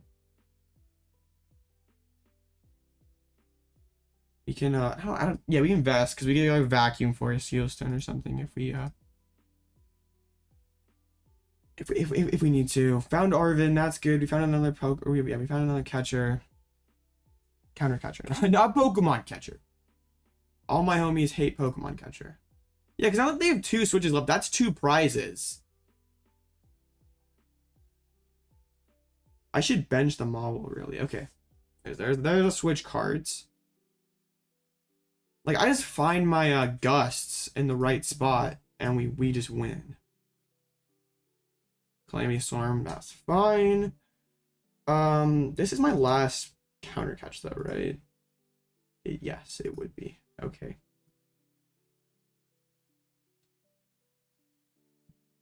I have to bench something else. I think I want to bench like Radzard too, so just so there's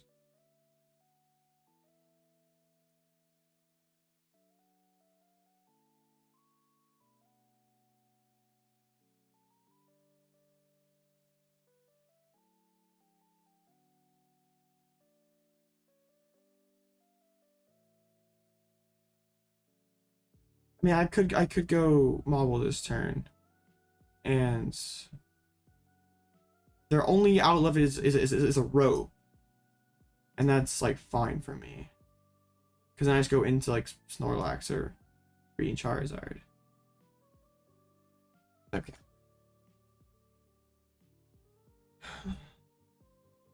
Oh my goodness. This is why this matchup's scary. I have to penny up this Rotom ASAP.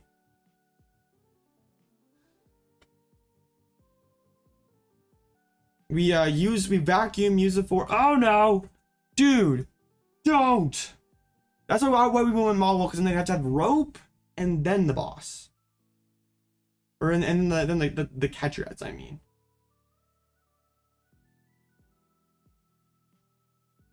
They could just go rope.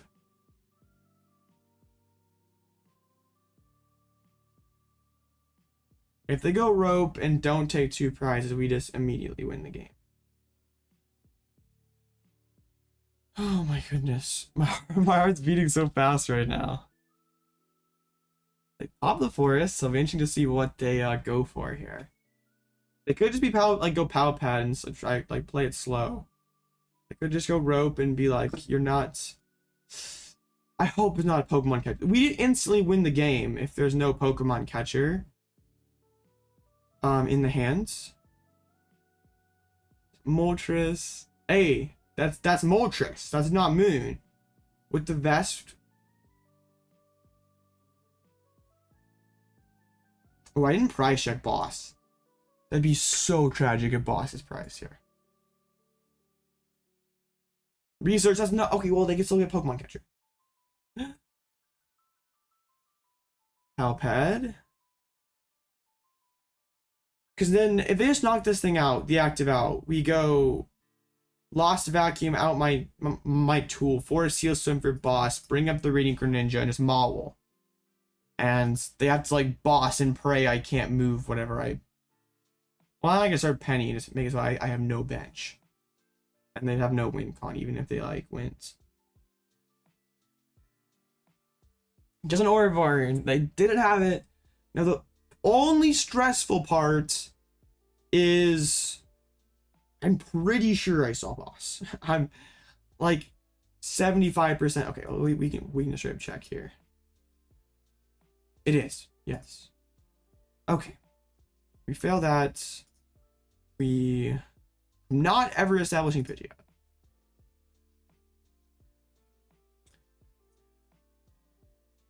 Forest, Steals on Star Alchemy.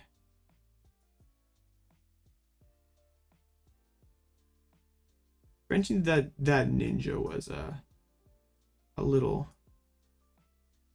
throw like. Yeah, and then I guess they could go Pokemon Catcher and Gust and Iono in the same turn and try to win the game, but there's like still 15 minutes left, so this game should finish always. This could have a little bit of a stressful ending. I don't know why I kind of panic benched the Rodzard to play around Rope when I didn't need to at all. This game would be over had I not done that, because I could just penny up the Rotom and call it a day. Instead, we'll do this.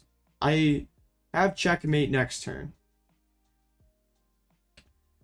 It should be at least playable post rotation. I can't guarantee it's gonna be like top meta, but it like if you like this kind of deck, then I'd say you could build it. Oh, bro, catcher, don't do bro like this. They didn't have Iono. Oh my goodness. All right, we're chilling. We have this game. Oh, never a dull moment with Snorlax. Yeah, if you like this kind of deck, like you're into this stuff, I'd say go for it. I think bird control is the more fun way to play it and adds a lot more options to like be more tailor-made to beat the meta. So wow, that was sweaty. That was sweaty. But we got there. Oh, especially in this format with like Spiritomb everywhere. Like regular block being so dependent on Rotom draws. Like this deck really likes Rotom too. Don't get me wrong, but like the other deck needs Rotom like almost every turn if it can. But this deck like once you get Pidgeot going like turn 2, turn 3, you don't need Rotom too much. I guess it's better into Tina. Like taking the L to Tina with the other build just feels really bad. Okay, so we have tons of extra time. I'm gonna go refill my water, but I'll be right back. Just win it in time next round. Super excited. Be right back.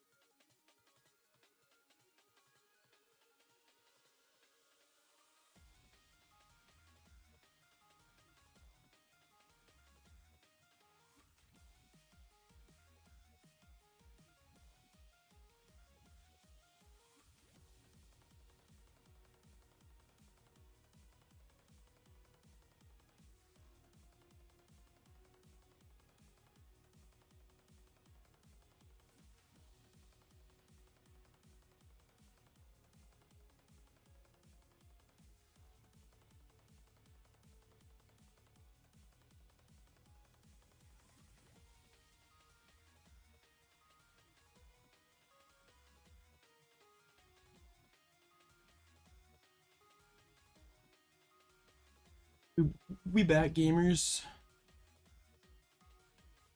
For a second, I didn't unmute there. Like, how many matches left? 11, 10 minutes. Hey, at least our loss is 6-0. Rose faced 3 blocks tonight. That's pretty crazy. I'm a bit concerned. Yeah, let's just win next round, or we'll figure out if 6-1-1's guaranteed or not, or what all that's gonna be about. Who's smart is 5-1? Yeah, I know he's on Mawile. How many of the Mawile gamers? He's the only Mawile left standing. That's good. There is a nope, there's no Muse DTE left standing. How regular old Mawile? Is anyone even playing that? Mawile Lucky? I didn't see Mawile Flaffy though. Often is called for family? Almost never. I've used, like, I don't know how many games I've played with this deck. It's a gross amount. Whatever it is, I've probably called for family like 5 times, maybe. Very rare. It's not, it's like when, but the thing is, like, when it's good though, it's really good. Like, it's like you can get a second Pidgey Rotom and like that saves the game for you. I don't know how often like the 60 HP Pidgeys like is gonna be more impactful than those like game saving call for families. Cause like yeah, it would live a like Charmeleon hit, like a shred from a Dragonite. Like I guess there are a few interactions where it would live when like a 50 HP wouldn't. But I'm not sure that's more impactful than those like game saving call for families. Alright, it's not too many 5-1s. We can see what we could potentially be up against. There's a C-Pow. I'd be pretty cool with that. We have Smarts on Miraidon. Pretty with Turo. A Lunarock. Hold up. What? 5-1 Lunarock. I think I just win this matchup, right? Like I just trapped the Soul Rock. Well, yeah. I mean, they have 2 switches, but like, yeah, they run out pretty fast. Okay, I've not seen Lunarock since like Pokemon Go came out. Wow. Hey, bro's 5-1 though. Beat 5 different decks. Wow. Yeah, I feel like Goldengo would be a pretty good matchup though. You can just get a Manaphy and they just don't price trade too well with you. But I'd say Valiant, I could see that being, well, I guess your Pokemon, like your single person are thick enough, like Tachyon Bits doesn't really like take knockouts, and then you just like you're limited as like 5 energies a turn on a Lunatone, right? Like you're hitting 180 tops. Does that be like 1 Crisis Punch swing turn? Yeah, I don't know. Like, so you go Raihan 210. That still seems like when this like had net and could like burst like a big 280 knockout like out of nowhere. That was pretty cool. Well, not 280, but like get into the 200s, like one shot Evolving V. Still pretty crazy though.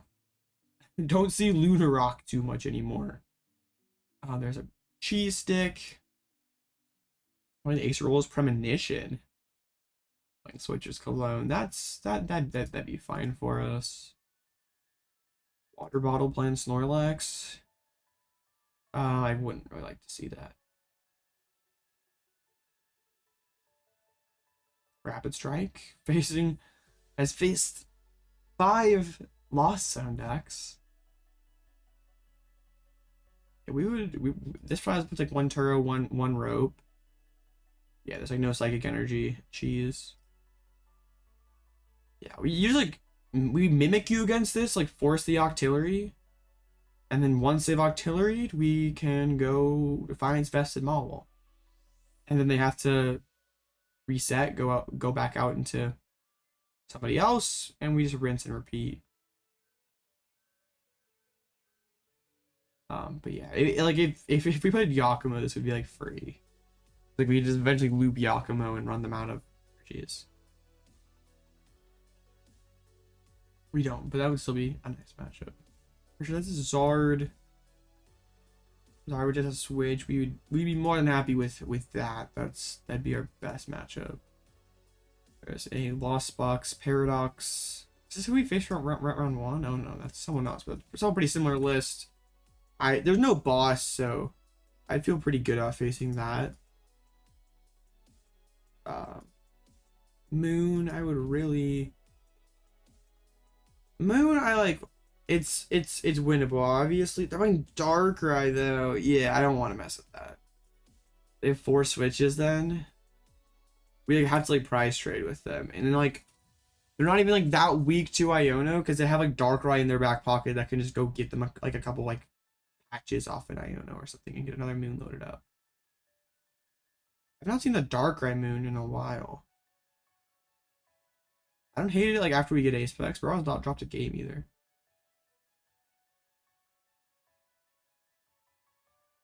And then what else? There's Entei Valiant, I assume. No, Palkia Valiant. Dang, there's some spice. Palkia Valiant, Elekid.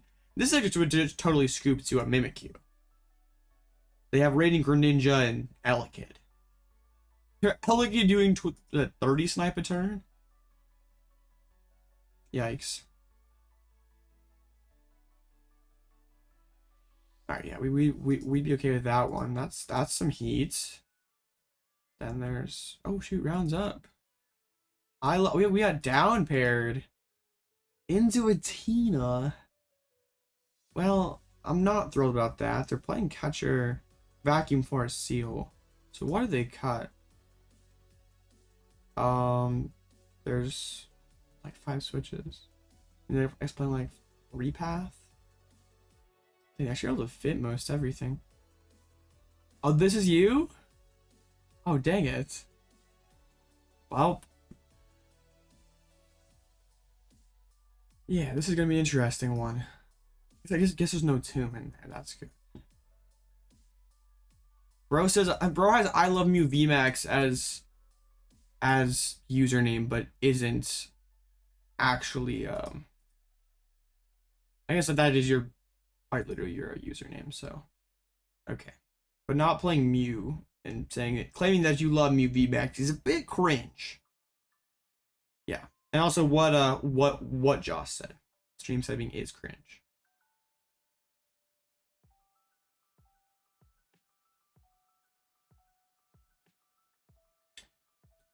Alright. I'm gonna reset. I know I know bro's here.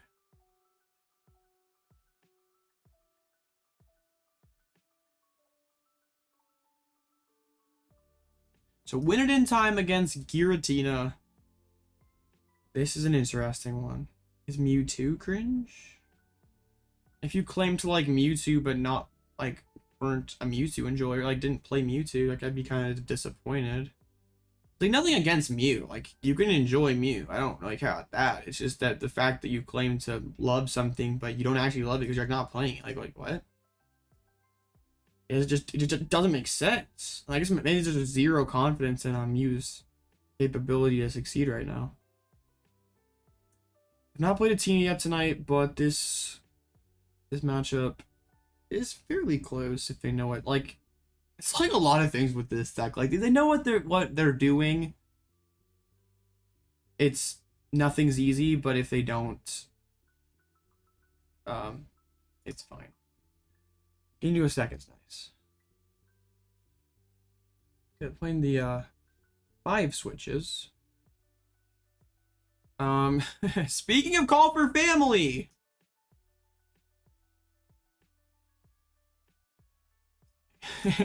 Somebody mentioned Call for Family. I got you. Honestly,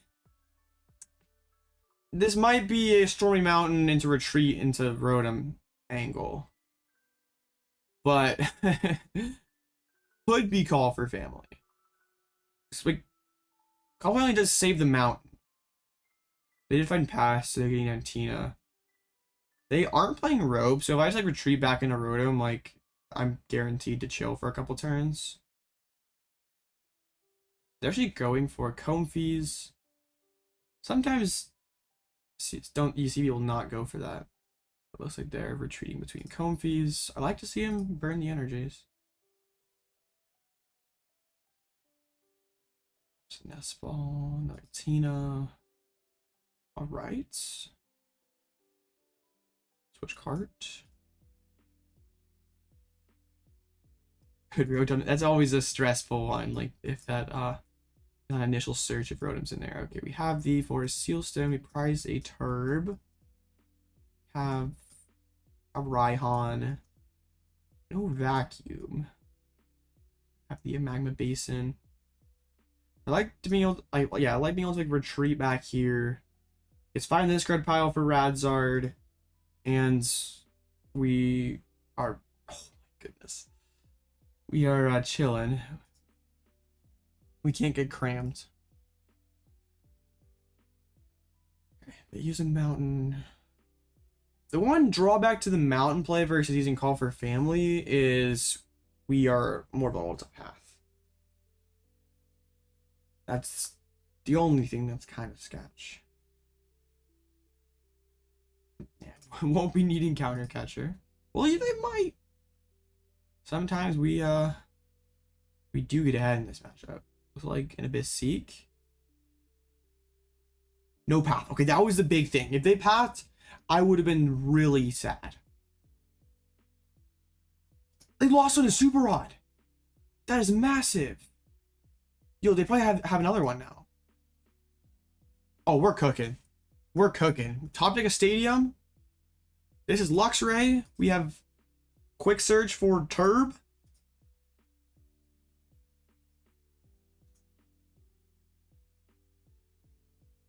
And then we have the switch cart in hands.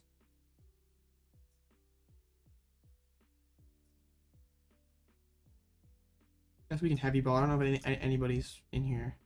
Chiyu. Yeah, those are some pretty rough prizes. Boss and Turbo and Cyllene.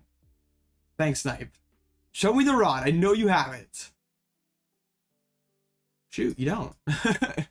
You are being fraudulent. Okay, we take the boss, I think. I don't care if they chorus build the Lost Zone. Boss is pretty good to pull up my Pidgeot. They do have access to the gate. And could start swinging. Wow, I'm really surprised that Super Rod was one of the choices there. Chorus. We know that there's a gate in hands.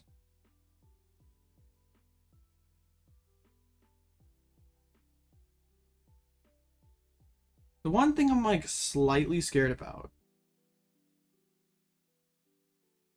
is the Turb being prized. They're loading up here. Makes sense. Path to the Peak comes down.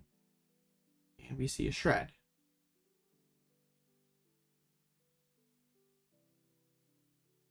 Okay. How do I want to play this?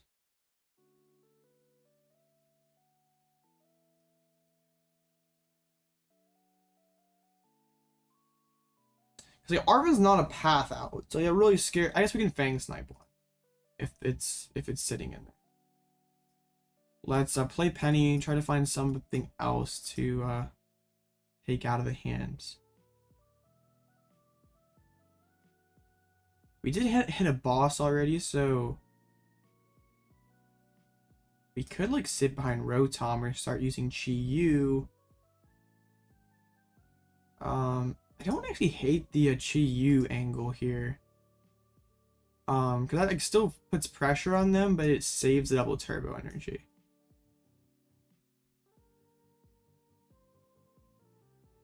Jealously Singed, those are two pretty good cards to hit. Like that's better than Fang Snipe. Yeah, I just want to be able to keep that double turbo safely in my hands. Yeah, it is kind of scary though that we can't like Fang step away a path. But now I feel better. Well, the V-Star I can't one hit because I probably should have gone for another Fang Snipe. This is kind of weird. Bench the Ninja. Actually use the concealed cards. So if we could find that other Super Rod, we'd be gaming.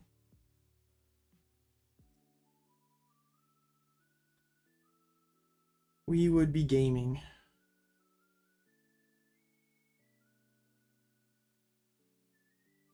Grass the bench, dude. And it's just a shred. Okay.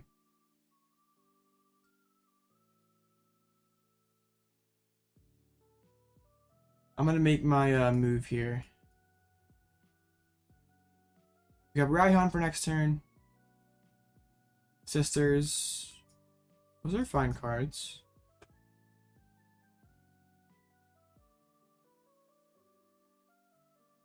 Oh man, that's nothing. Double battle pass. So now if they knock me out, Radzard responds, which they do. And I guess they wouldn't have to find Super Rod, right? Well, we can go Bravery Charm Radzard. Like that's awkward for them.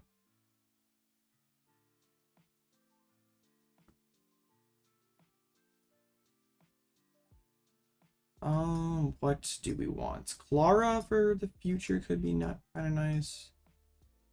Actually, just kind of just putting like a down payment, just like get the Forest Seal Stone, have it on the Rotom, just ready to go. Let's quick search. What do we want off the? We already have like a lot. I think we'll get the Super Rod. Just prep for another Radzard play. We know the back gone. The back is gone, so this is 100% safe. This is safe.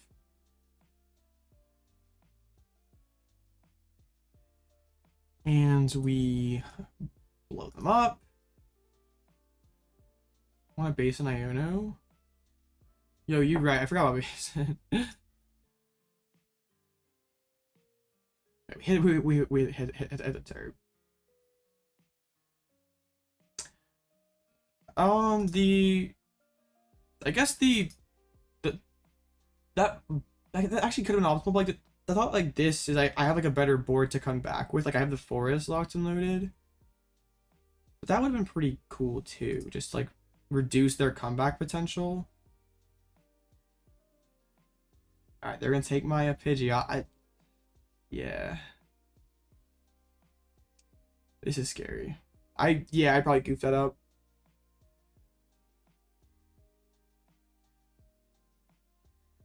Star Requiem. Yeah. I just wish I had some other attacker.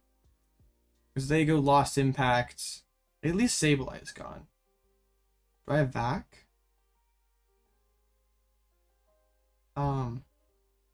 It's prized. I could. Oh, I see what you mean here. Well, no, I can't get there. Yeah, if I had Vac and could do that, that'd be insane. Let's. Is it even correct though? Probably.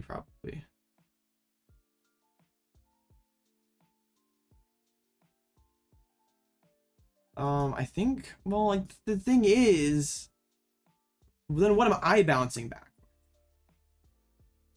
Echoing Horn, do I want to play that ever? No. I think I want to get, like, Pidgey down. And have that.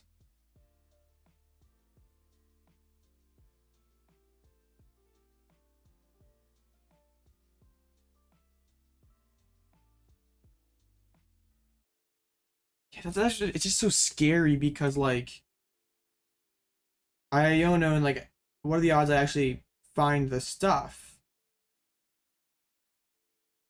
I mean, it's just objectively strong, right? I should have done it last turn so they couldn't go chase my Pidgeot. Because now I'm left with this. I'm mad I missed that Iono angle.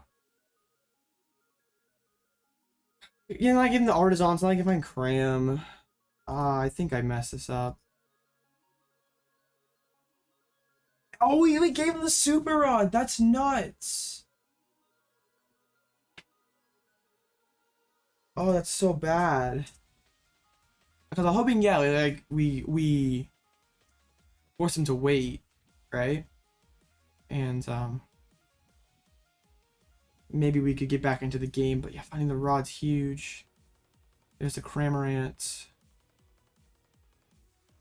Conceal cards. Yeah, I goofed not going for Iono that turn.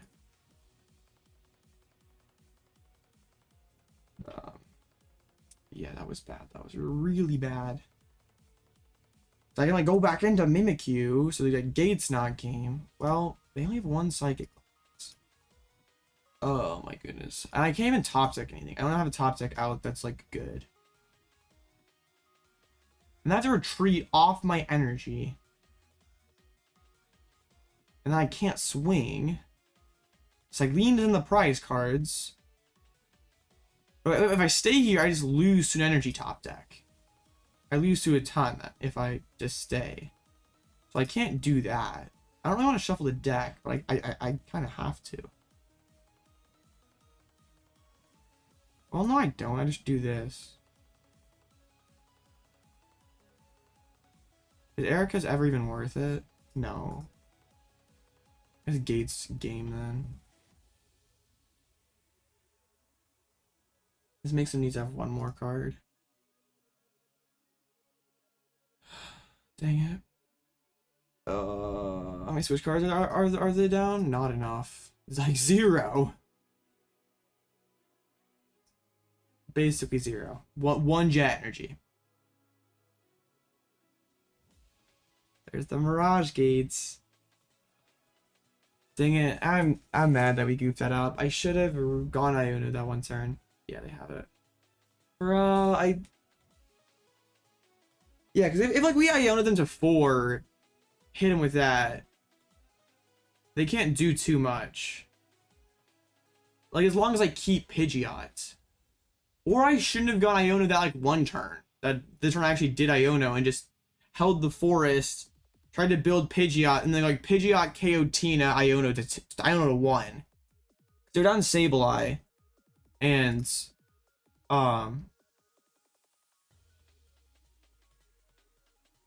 yeah, they wouldn't have had an easy way to finish the game, so yeah, GG. There are a lot of different ways I could have gone there, but the one I chose was like multiple times. It was like legit the worst. Well, I don't think the Raihan play was necessarily wrong, but it wasn't. I asked the same question, Pokey Kid.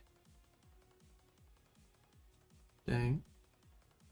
I think what I should have done was, like, after the Raihan play, I should have Arven and picked up some, like, candy plus tool card. Arven for candy plus tool card, keep the forest live. And I hit for 230 with Radzard. Then I forest next turn for Pidgeot. Go candy Pidgeot, Iono to 1, knock out Tina. Because they're on all their boss, Sableye. They can't ever... Yeah, they're like not ever getting through that last guy. Now I have Pidgeot online. Yeah, I should have gone out there. I was like thinking like, okay, Iono's super good, which it was. Wow, kind of the risky ID. So is there any chance? I mean, yeah, getting down paired sucks. And he has a 5 and 2 mix. Like my resistance is probably really good. Yeah, it's insanely good.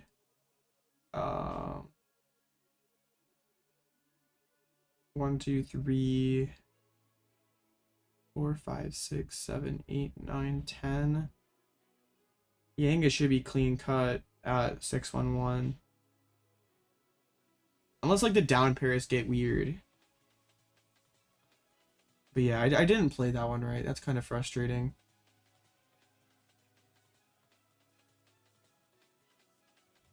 Yeah.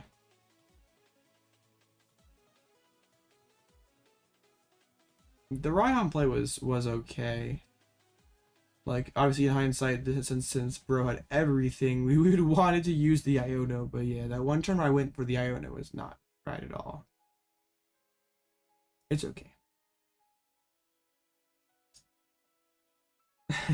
I just don't like making mistakes. It's alright. I definitely overanalyze things, and sometimes it's a good thing, but it's something that's bad, because, like, I just gotta move on sometimes.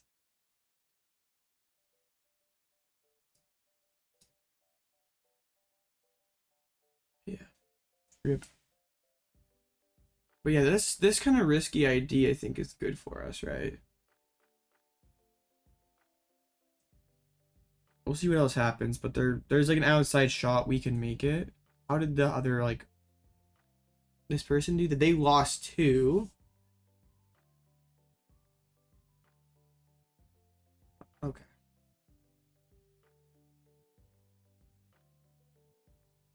There's a chance. It'd be funny to go from like barely making it at 602 one week to making it in at 6-2 the next week. But there's like 100 more people last week, right? Yeah.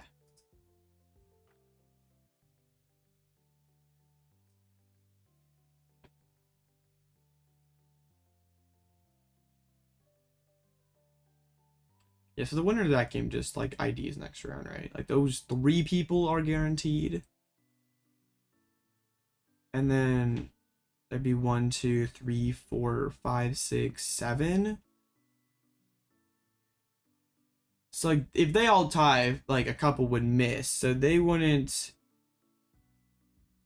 some of the lower ones wouldn't want to do that. And also there's like the chance that one of these could make it. Yeah, it's gonna get weird. But yeah.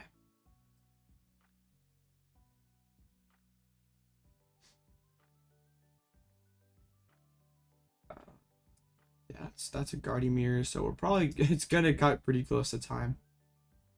The Lunarok is still gaming. Is this Seapow hands? How does Lunarok ever beat this? Like it never can hit Iron Hands. It can never want to hit Iron Hands. Like, because yeah, you can get 5, you can get 6 on in one turn. What's Lunarok's base damage? It's here somewhere.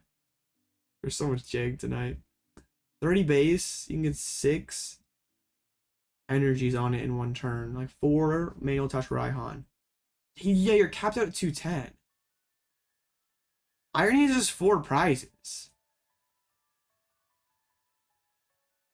I do like the TMs. Yeah, that is pretty cool.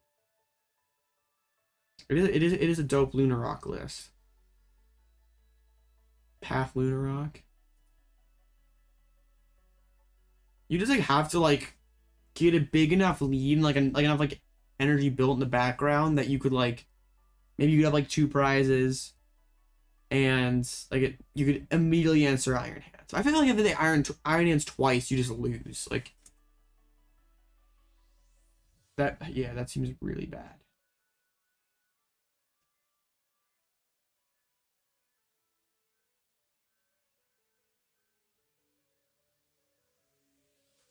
Oh, what else is there? There's Hedrick against a Guardy. And then yeah, a couple 4 and 2s gaming. Lots of good Guardy versus Tina games. I guess that's what you would expect. Pretty much all the ones left are Guardy versus Tina. So I wonder why this table tied.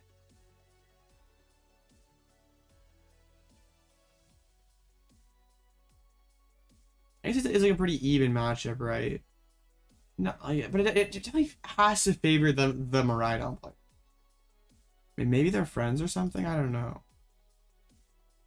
Well, yeah, Miraidon with Tomb, like even for like regular blocks, sounds really hard. Yeah, because there's like enough energies that you can just like shove them on everything. Or almost everything. Like it would take a long time to capture enough things to trap. Especially without they wouldn't have Rotom in play to consistently chain them. I'm kind of surprised. It's kind of weird. I don't know like why the down pair works that way, but like I have like amongst the best resistance for a 5-1 and I get down paired, which is I kind of weird. Like you'd think when people like lower resistance would happen to them, right? I guess it must just be random. Which kind of, so it seems kind of strange, but it's fine. Just win. Oh no, did the Lunar Rock loot? Yeah. I was gonna say no shot.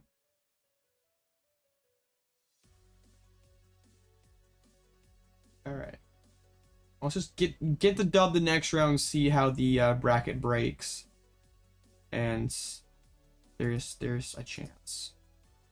I think I want Raihan here to win. Because if Philip wins and there's two people who, well, I mean both of them have a chance to cut regardless, but like Philip's path would be harder. Like both of them could I mean, yeah, they both could either way, but they would both be like kind of like just like an idea way if Philip wins. Yeah, because Ryan's resistance would be super good.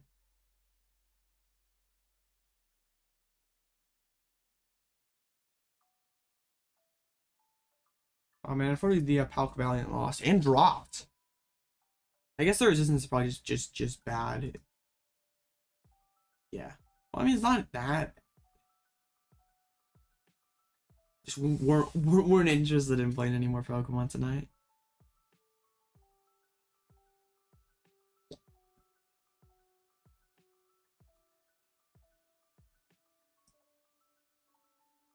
I haven't even really looked at the metagame tab too much. Nothing. I mean, aside from just like the Palk Valiant carrying that archetype, is nothing too ridiculous. Golden Goose doesn't have too high of a win rate, but there's a couple cheese stick gamers doing well. Yo, Sanaconda with the 50% win rate. Sanaconda 5-2. Yo, we need the Sanaconda versus Lunar Rock next round. That's the match I want to see. 26 fighting energies. That's beautiful. We need to see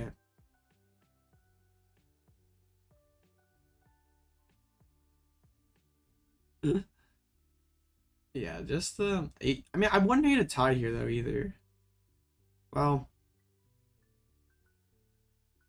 yeah, because either way, Philip has to win last round. I guess Ryan's guaranteed. Either way, right? So,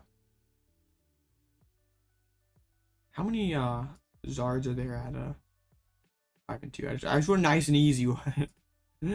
Like 4-3 drop. 4-3 drop. We already faced this person, right? So that's not happening again. Okay, we're not facing Zard next round. That's kind of sad. Dang, bro lost him a ride on. Dang, that's sad. That's a big oof. Smart's got the technology.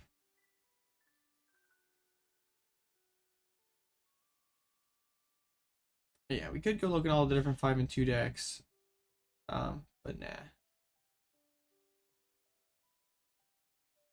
Getting down paired to Tina was kind of tragic because we had a lot of good matchups at 5-1. Not that Tina's a bad matchup, it's just, I mean, my opponent played it right, so we were in kind of a, it gets close. I'd like to, so something like that. That's a much better Lost Box matchup for me. It would be big sad if we face that. If I were to face like a regular block deck, like I'm honestly not sure it's better to they start milling straight away. Like I almost wonder if just like hitting, I was like trying to KO their crap, hit it with like Chi-Yu 3 times. Cause like it's hard for them if they're like not using Rotom to fill the hands. It's hard for them to like penny card. And then like we could go from like Chi-Yu punching into like Luxray and just like try to then go from like Luxray whittle down their switch outs into Chi-Yu milling. Like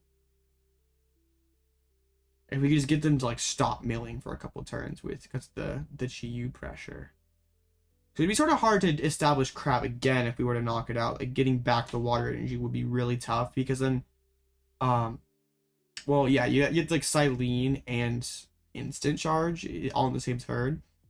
And then hit you with Iono, put it at the bottom. So yeah, that has to be the move, is just knock out the crap. If we are to face that. Minutes ago with that one. Man, it'd be funny if we did face the Lunarog last one. They haven't dropped yet, so it's still on the table. Pretty crazy that they're at 5 and 2, because I feel like, I mean, yeah, obviously C-Pal's an awful matchup. Like anything C-Pal, like anything Iron Hands or Lost Box seems like it'd be pretty bad. Wait, how's Arbok doing? They were like 5-0 or 4-0. It's been all downhill since. Dang it, the Judge Arbok against the Guardies hasn't been working out. Even against C-Pal, I feel like C-Pal would really hate like a turn to Arbok Judge path. Disappointing. It was a good run.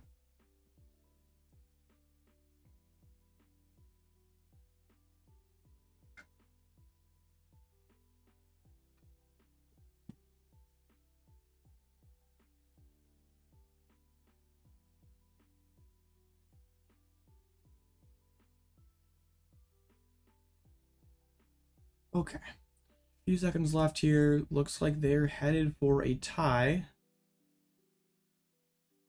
What I'm kind of concerned about though is like, who did Bro tie to here? They're not even in contention anymore.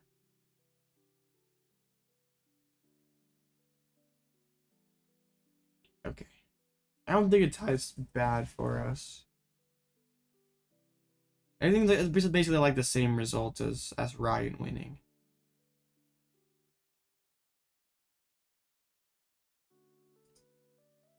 Let's see. Yeah, 67 win percentage. Pretty darn good. There's a few of them with pretty bad opponent win percentage that might be a little scared to tie because there are those 5-1-1s that are winning it in. Yeah, that tie seems really strange because they're probably not even gonna make it. That seems really weird. Next round is up. Yolis Anaconda! Okay, I mean we trap Ninja or Manaphy or Basculegion, right? Because they run out of energies to bin eventually. Okay, this is wild. The Anaconda. All right, this should be okay. Always love getting spice on the stream.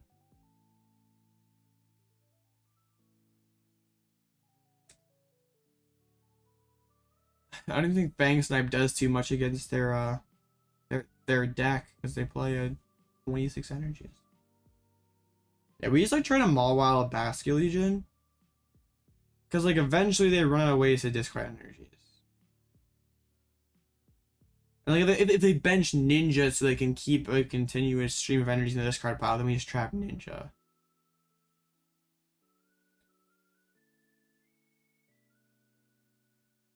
Alright, let's give it a reset. Yeah, this Anaconda. Not one you see every day.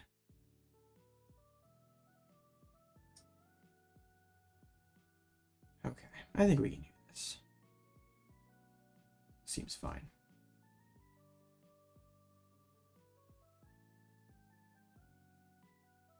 Yeah, if it is open Manaphy or Ninja, they just lose on the spot.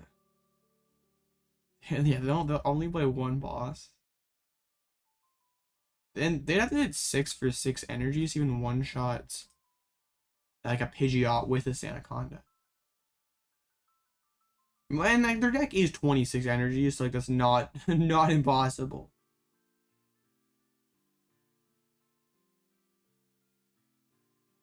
But also they could like mill their like only boss. That'd be kind of sad for them. And there's like no pal pad, so that would just be it. Okay, I think I want to go second because like they want to gather the crew, play Irida. Yeah, let's just make so they can't set up. Also, we could just win by knocking stuff out if they don't set up at all. How many energies are gonna be in this mulligan, chat? Hey, only 4. I don't like giving them Artazon. Maybe I don't. We'll see what they. Oh, they open Ninja, and we just have the Mawile. Yeah, that'd be kind of sad. That's a harder treat. No! No, it's over already. There's no switches.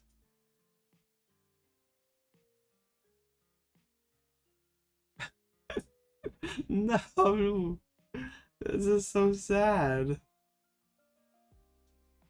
That's it.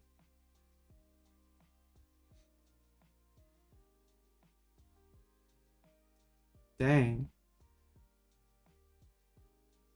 I'm not like tripping. I mean, there's really a need for switching cards in this deck. You play like everything in your deck has 1 retreat or is an attacker. Oh man. It's like not like a Turo or anything. It's just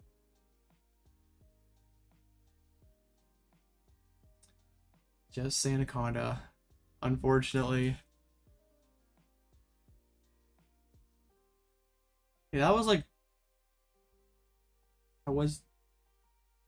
very big loss con.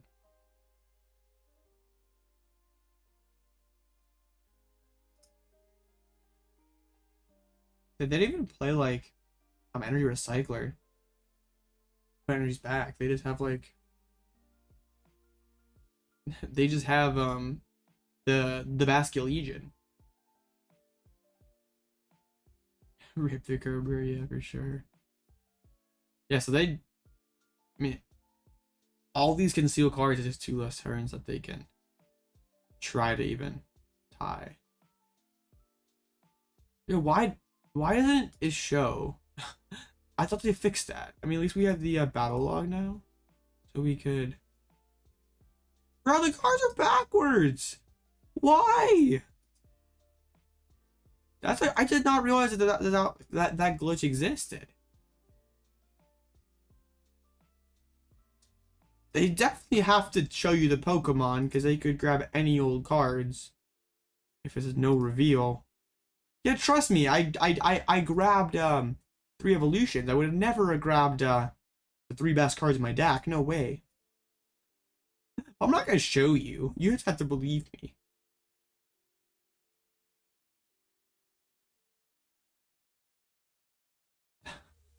That's so weird.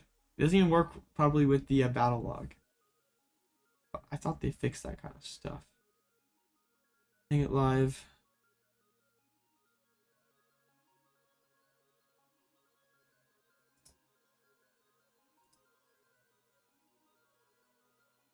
Yeah, we're just tempting trapping. This is very riveting gameplay, guys. I'm sorry. That usually just doesn't do this. At least not initially. It would be funny if they got like 1 Sandaconda, like 20 energies on it. And that'd just be hilarious. They've been 6 energies though, so you're literally on the edge of your seat, yeah. Yas, the 4 Sandacondas. Sandaconda. Oh, 1 energy on everything. That's oddly satisfying. All you do is just press tempting trap every turn. Yeah. We don't lose this one.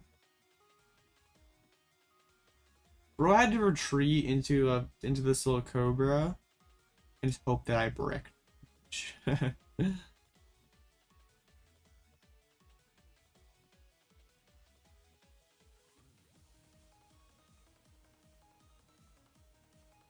haven't even played it. There's no cards in my discard pile. It's literally just been an attached tempting trap.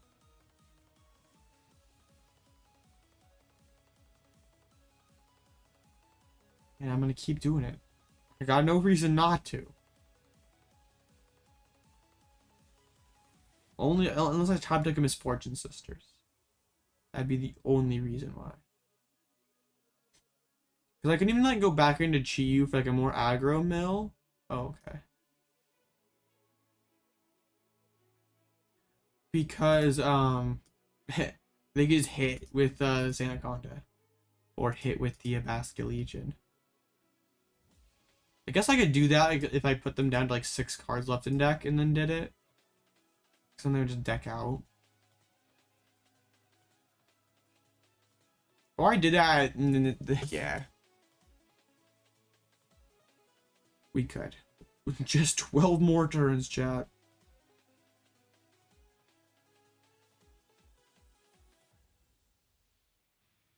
Well, then what if they just waited? Like, waited and mainly retreated back into Basculin. And not even worth it, unfortunately. I want to try to find... I want to try to find some way to spice up the game, like... It's not gonna happen, though.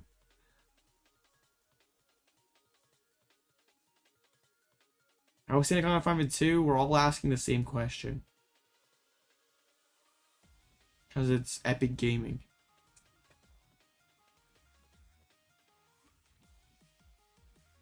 Dang, I was hoping like they'd at least be able to take a couple prize cards, like make it interesting. Like first we have to like bring up the Basket Legion, and then they have to like, hit with that. Like, but no.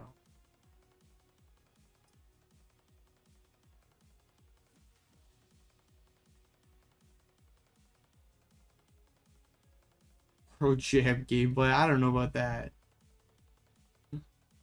It's yeah.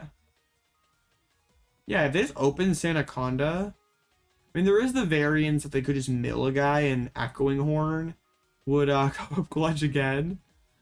But they don't put a ton of things that I could trap though, so. Do we play Penny Shot?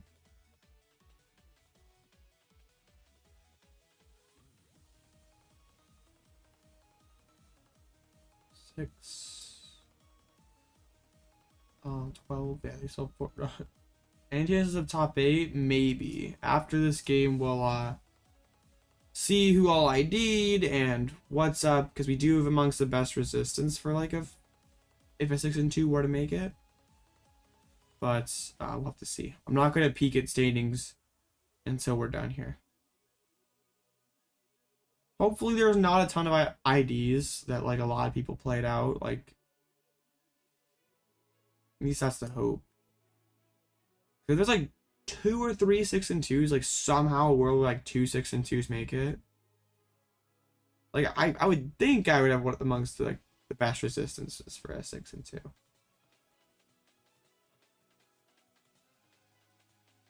Just 10 more tempting traps, chat. We can do this. I believe in us. If you want to make my life easier, buddy, you could you could use a couple more concealed cards. I'll even pull up your Sandaconda if you would do it. Yeah, that's probably an outside shot. Probably not likely, but there was like 3 people guaranteed into top cut in this round and 7 people who could potentially ID into top cut. So, and then a couple of 5-on-1s that could win it in. So I could just be coping, or we might have a shot.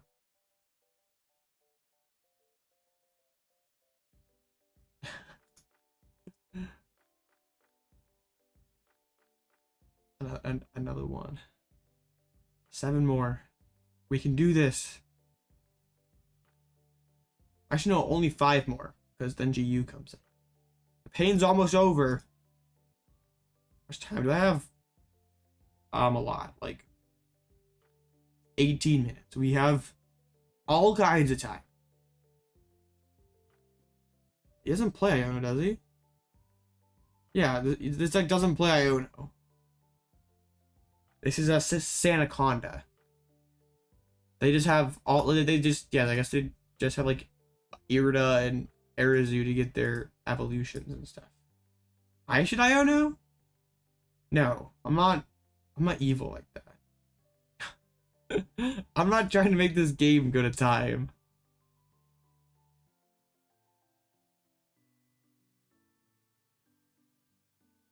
No, they have nothing to put cards back into their deck. As soon as they flipped over Ninja, I flipped over Mawile Energy. It was over. They're playing cards though. They're like, they realize that, oh no, this is not going to end well. I didn't know I want a penny. Tempting, but no, Joss. I'm sorry. They're playing cards now. They realize that it's not going to work, so maybe, they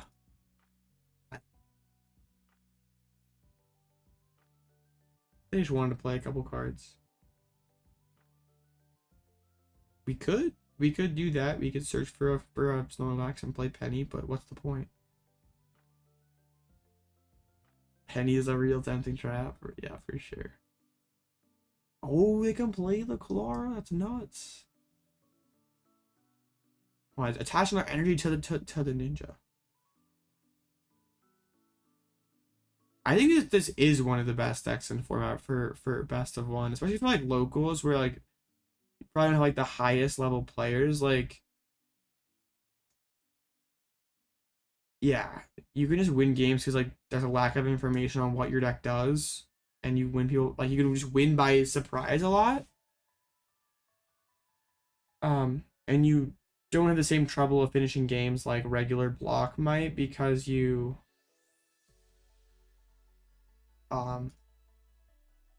you have like more aggressively winning games with like Luxray and Chi-Yu and stuff.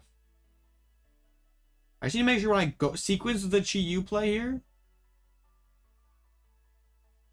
we don't Penny first. Did he go into Mordax? I don't think pre-rotation, but oh, Chi-Yu's prized. Oh no. Well, let's go find out, you all. my opponent doesn't think that I'm flexing here. I'm not. I seriously had not deck searched the entire game. Okay, we did it. That was quite the game. I think like next round let me get like Buddy Poffin. Ditto stock goes up. Yo, there's an activate with 10 damage plus can't retreat. That's not bad. You play like some Radiant Alakazam stuff or double turbo energy. Sounds spicy. All right, there we go. Let's see, how many tables tied? 3. I think that's probably too much for us. Yeah. That's guaranteed 7 people that are gonna be better. 8 if you, yeah. And that's 1, 2, 3, 4, 5, 6, 7, 8, 9, 10. So yeah, we're 11th place at best. It might be less because of one of those people that did an ID. We needed more tables to not ID. And yeah, we needed the down pair to win. We needed a lot to go our way. We need like this table to tie. Yeah, unfortunately not making it tonight. I mean, there's, yeah, the brick against Arcpile and then misplay against Tina. Unfortunate. It's alright. Still a solid run. Like, these tournaments are really hard to top cut, and there's not too much of a margin for error. But yeah, gonna come up just short tonight. Had we won the last one, as long as we didn't get paired with someone who had goofy bad resistance, we could just tied. I think, because like yeah, our win percentage would have been super good. But oh well, did not quite go our way tonight. Still solid though. 6 and 2 is still pretty good. Yeah, didn't play like attack like Drapion or Dunsparce or anything for the Mew matchup. Didn't regret it. Third Penny was good all night. So yeah, I think this is what we're gonna be rocking with for the foreseeable future, unless like Raihan wins or something. I still want to take out Echoing Horn in closed list. I still despise this card, but it as much as I hate to admit it, it pulled its weight tonight. But yeah, I'm gonna try to get a bird control guide made this weekend because I got a ton of requests for that. It's kind of a hard deck to like. I mean, I guess there are like concrete concepts for your matchups for the most part. I guess they're just kind of different, right? So, got to figure out a way to make it engaging, but also like explain this stuff too. Not just have like, not just be like, yeah, aggro Luxray, and then you like block. You like gotta make it make sense, right? We'll figure it out. I appreciate y'all for hanging out. Like, subscribe, join the Discord linked below if you haven't already. I might be back this weekend. Saturday. I haven't figured it out yet. I'm like kind of prioritizing like temporal forces content like over tournament streams right now. Unless the tournaments are really good. Like for sure streaming like Wednesday and Friday tournaments. But we're still kind of working on the rest of it. But yeah, y'all have a good night, and I'll see you again real soon.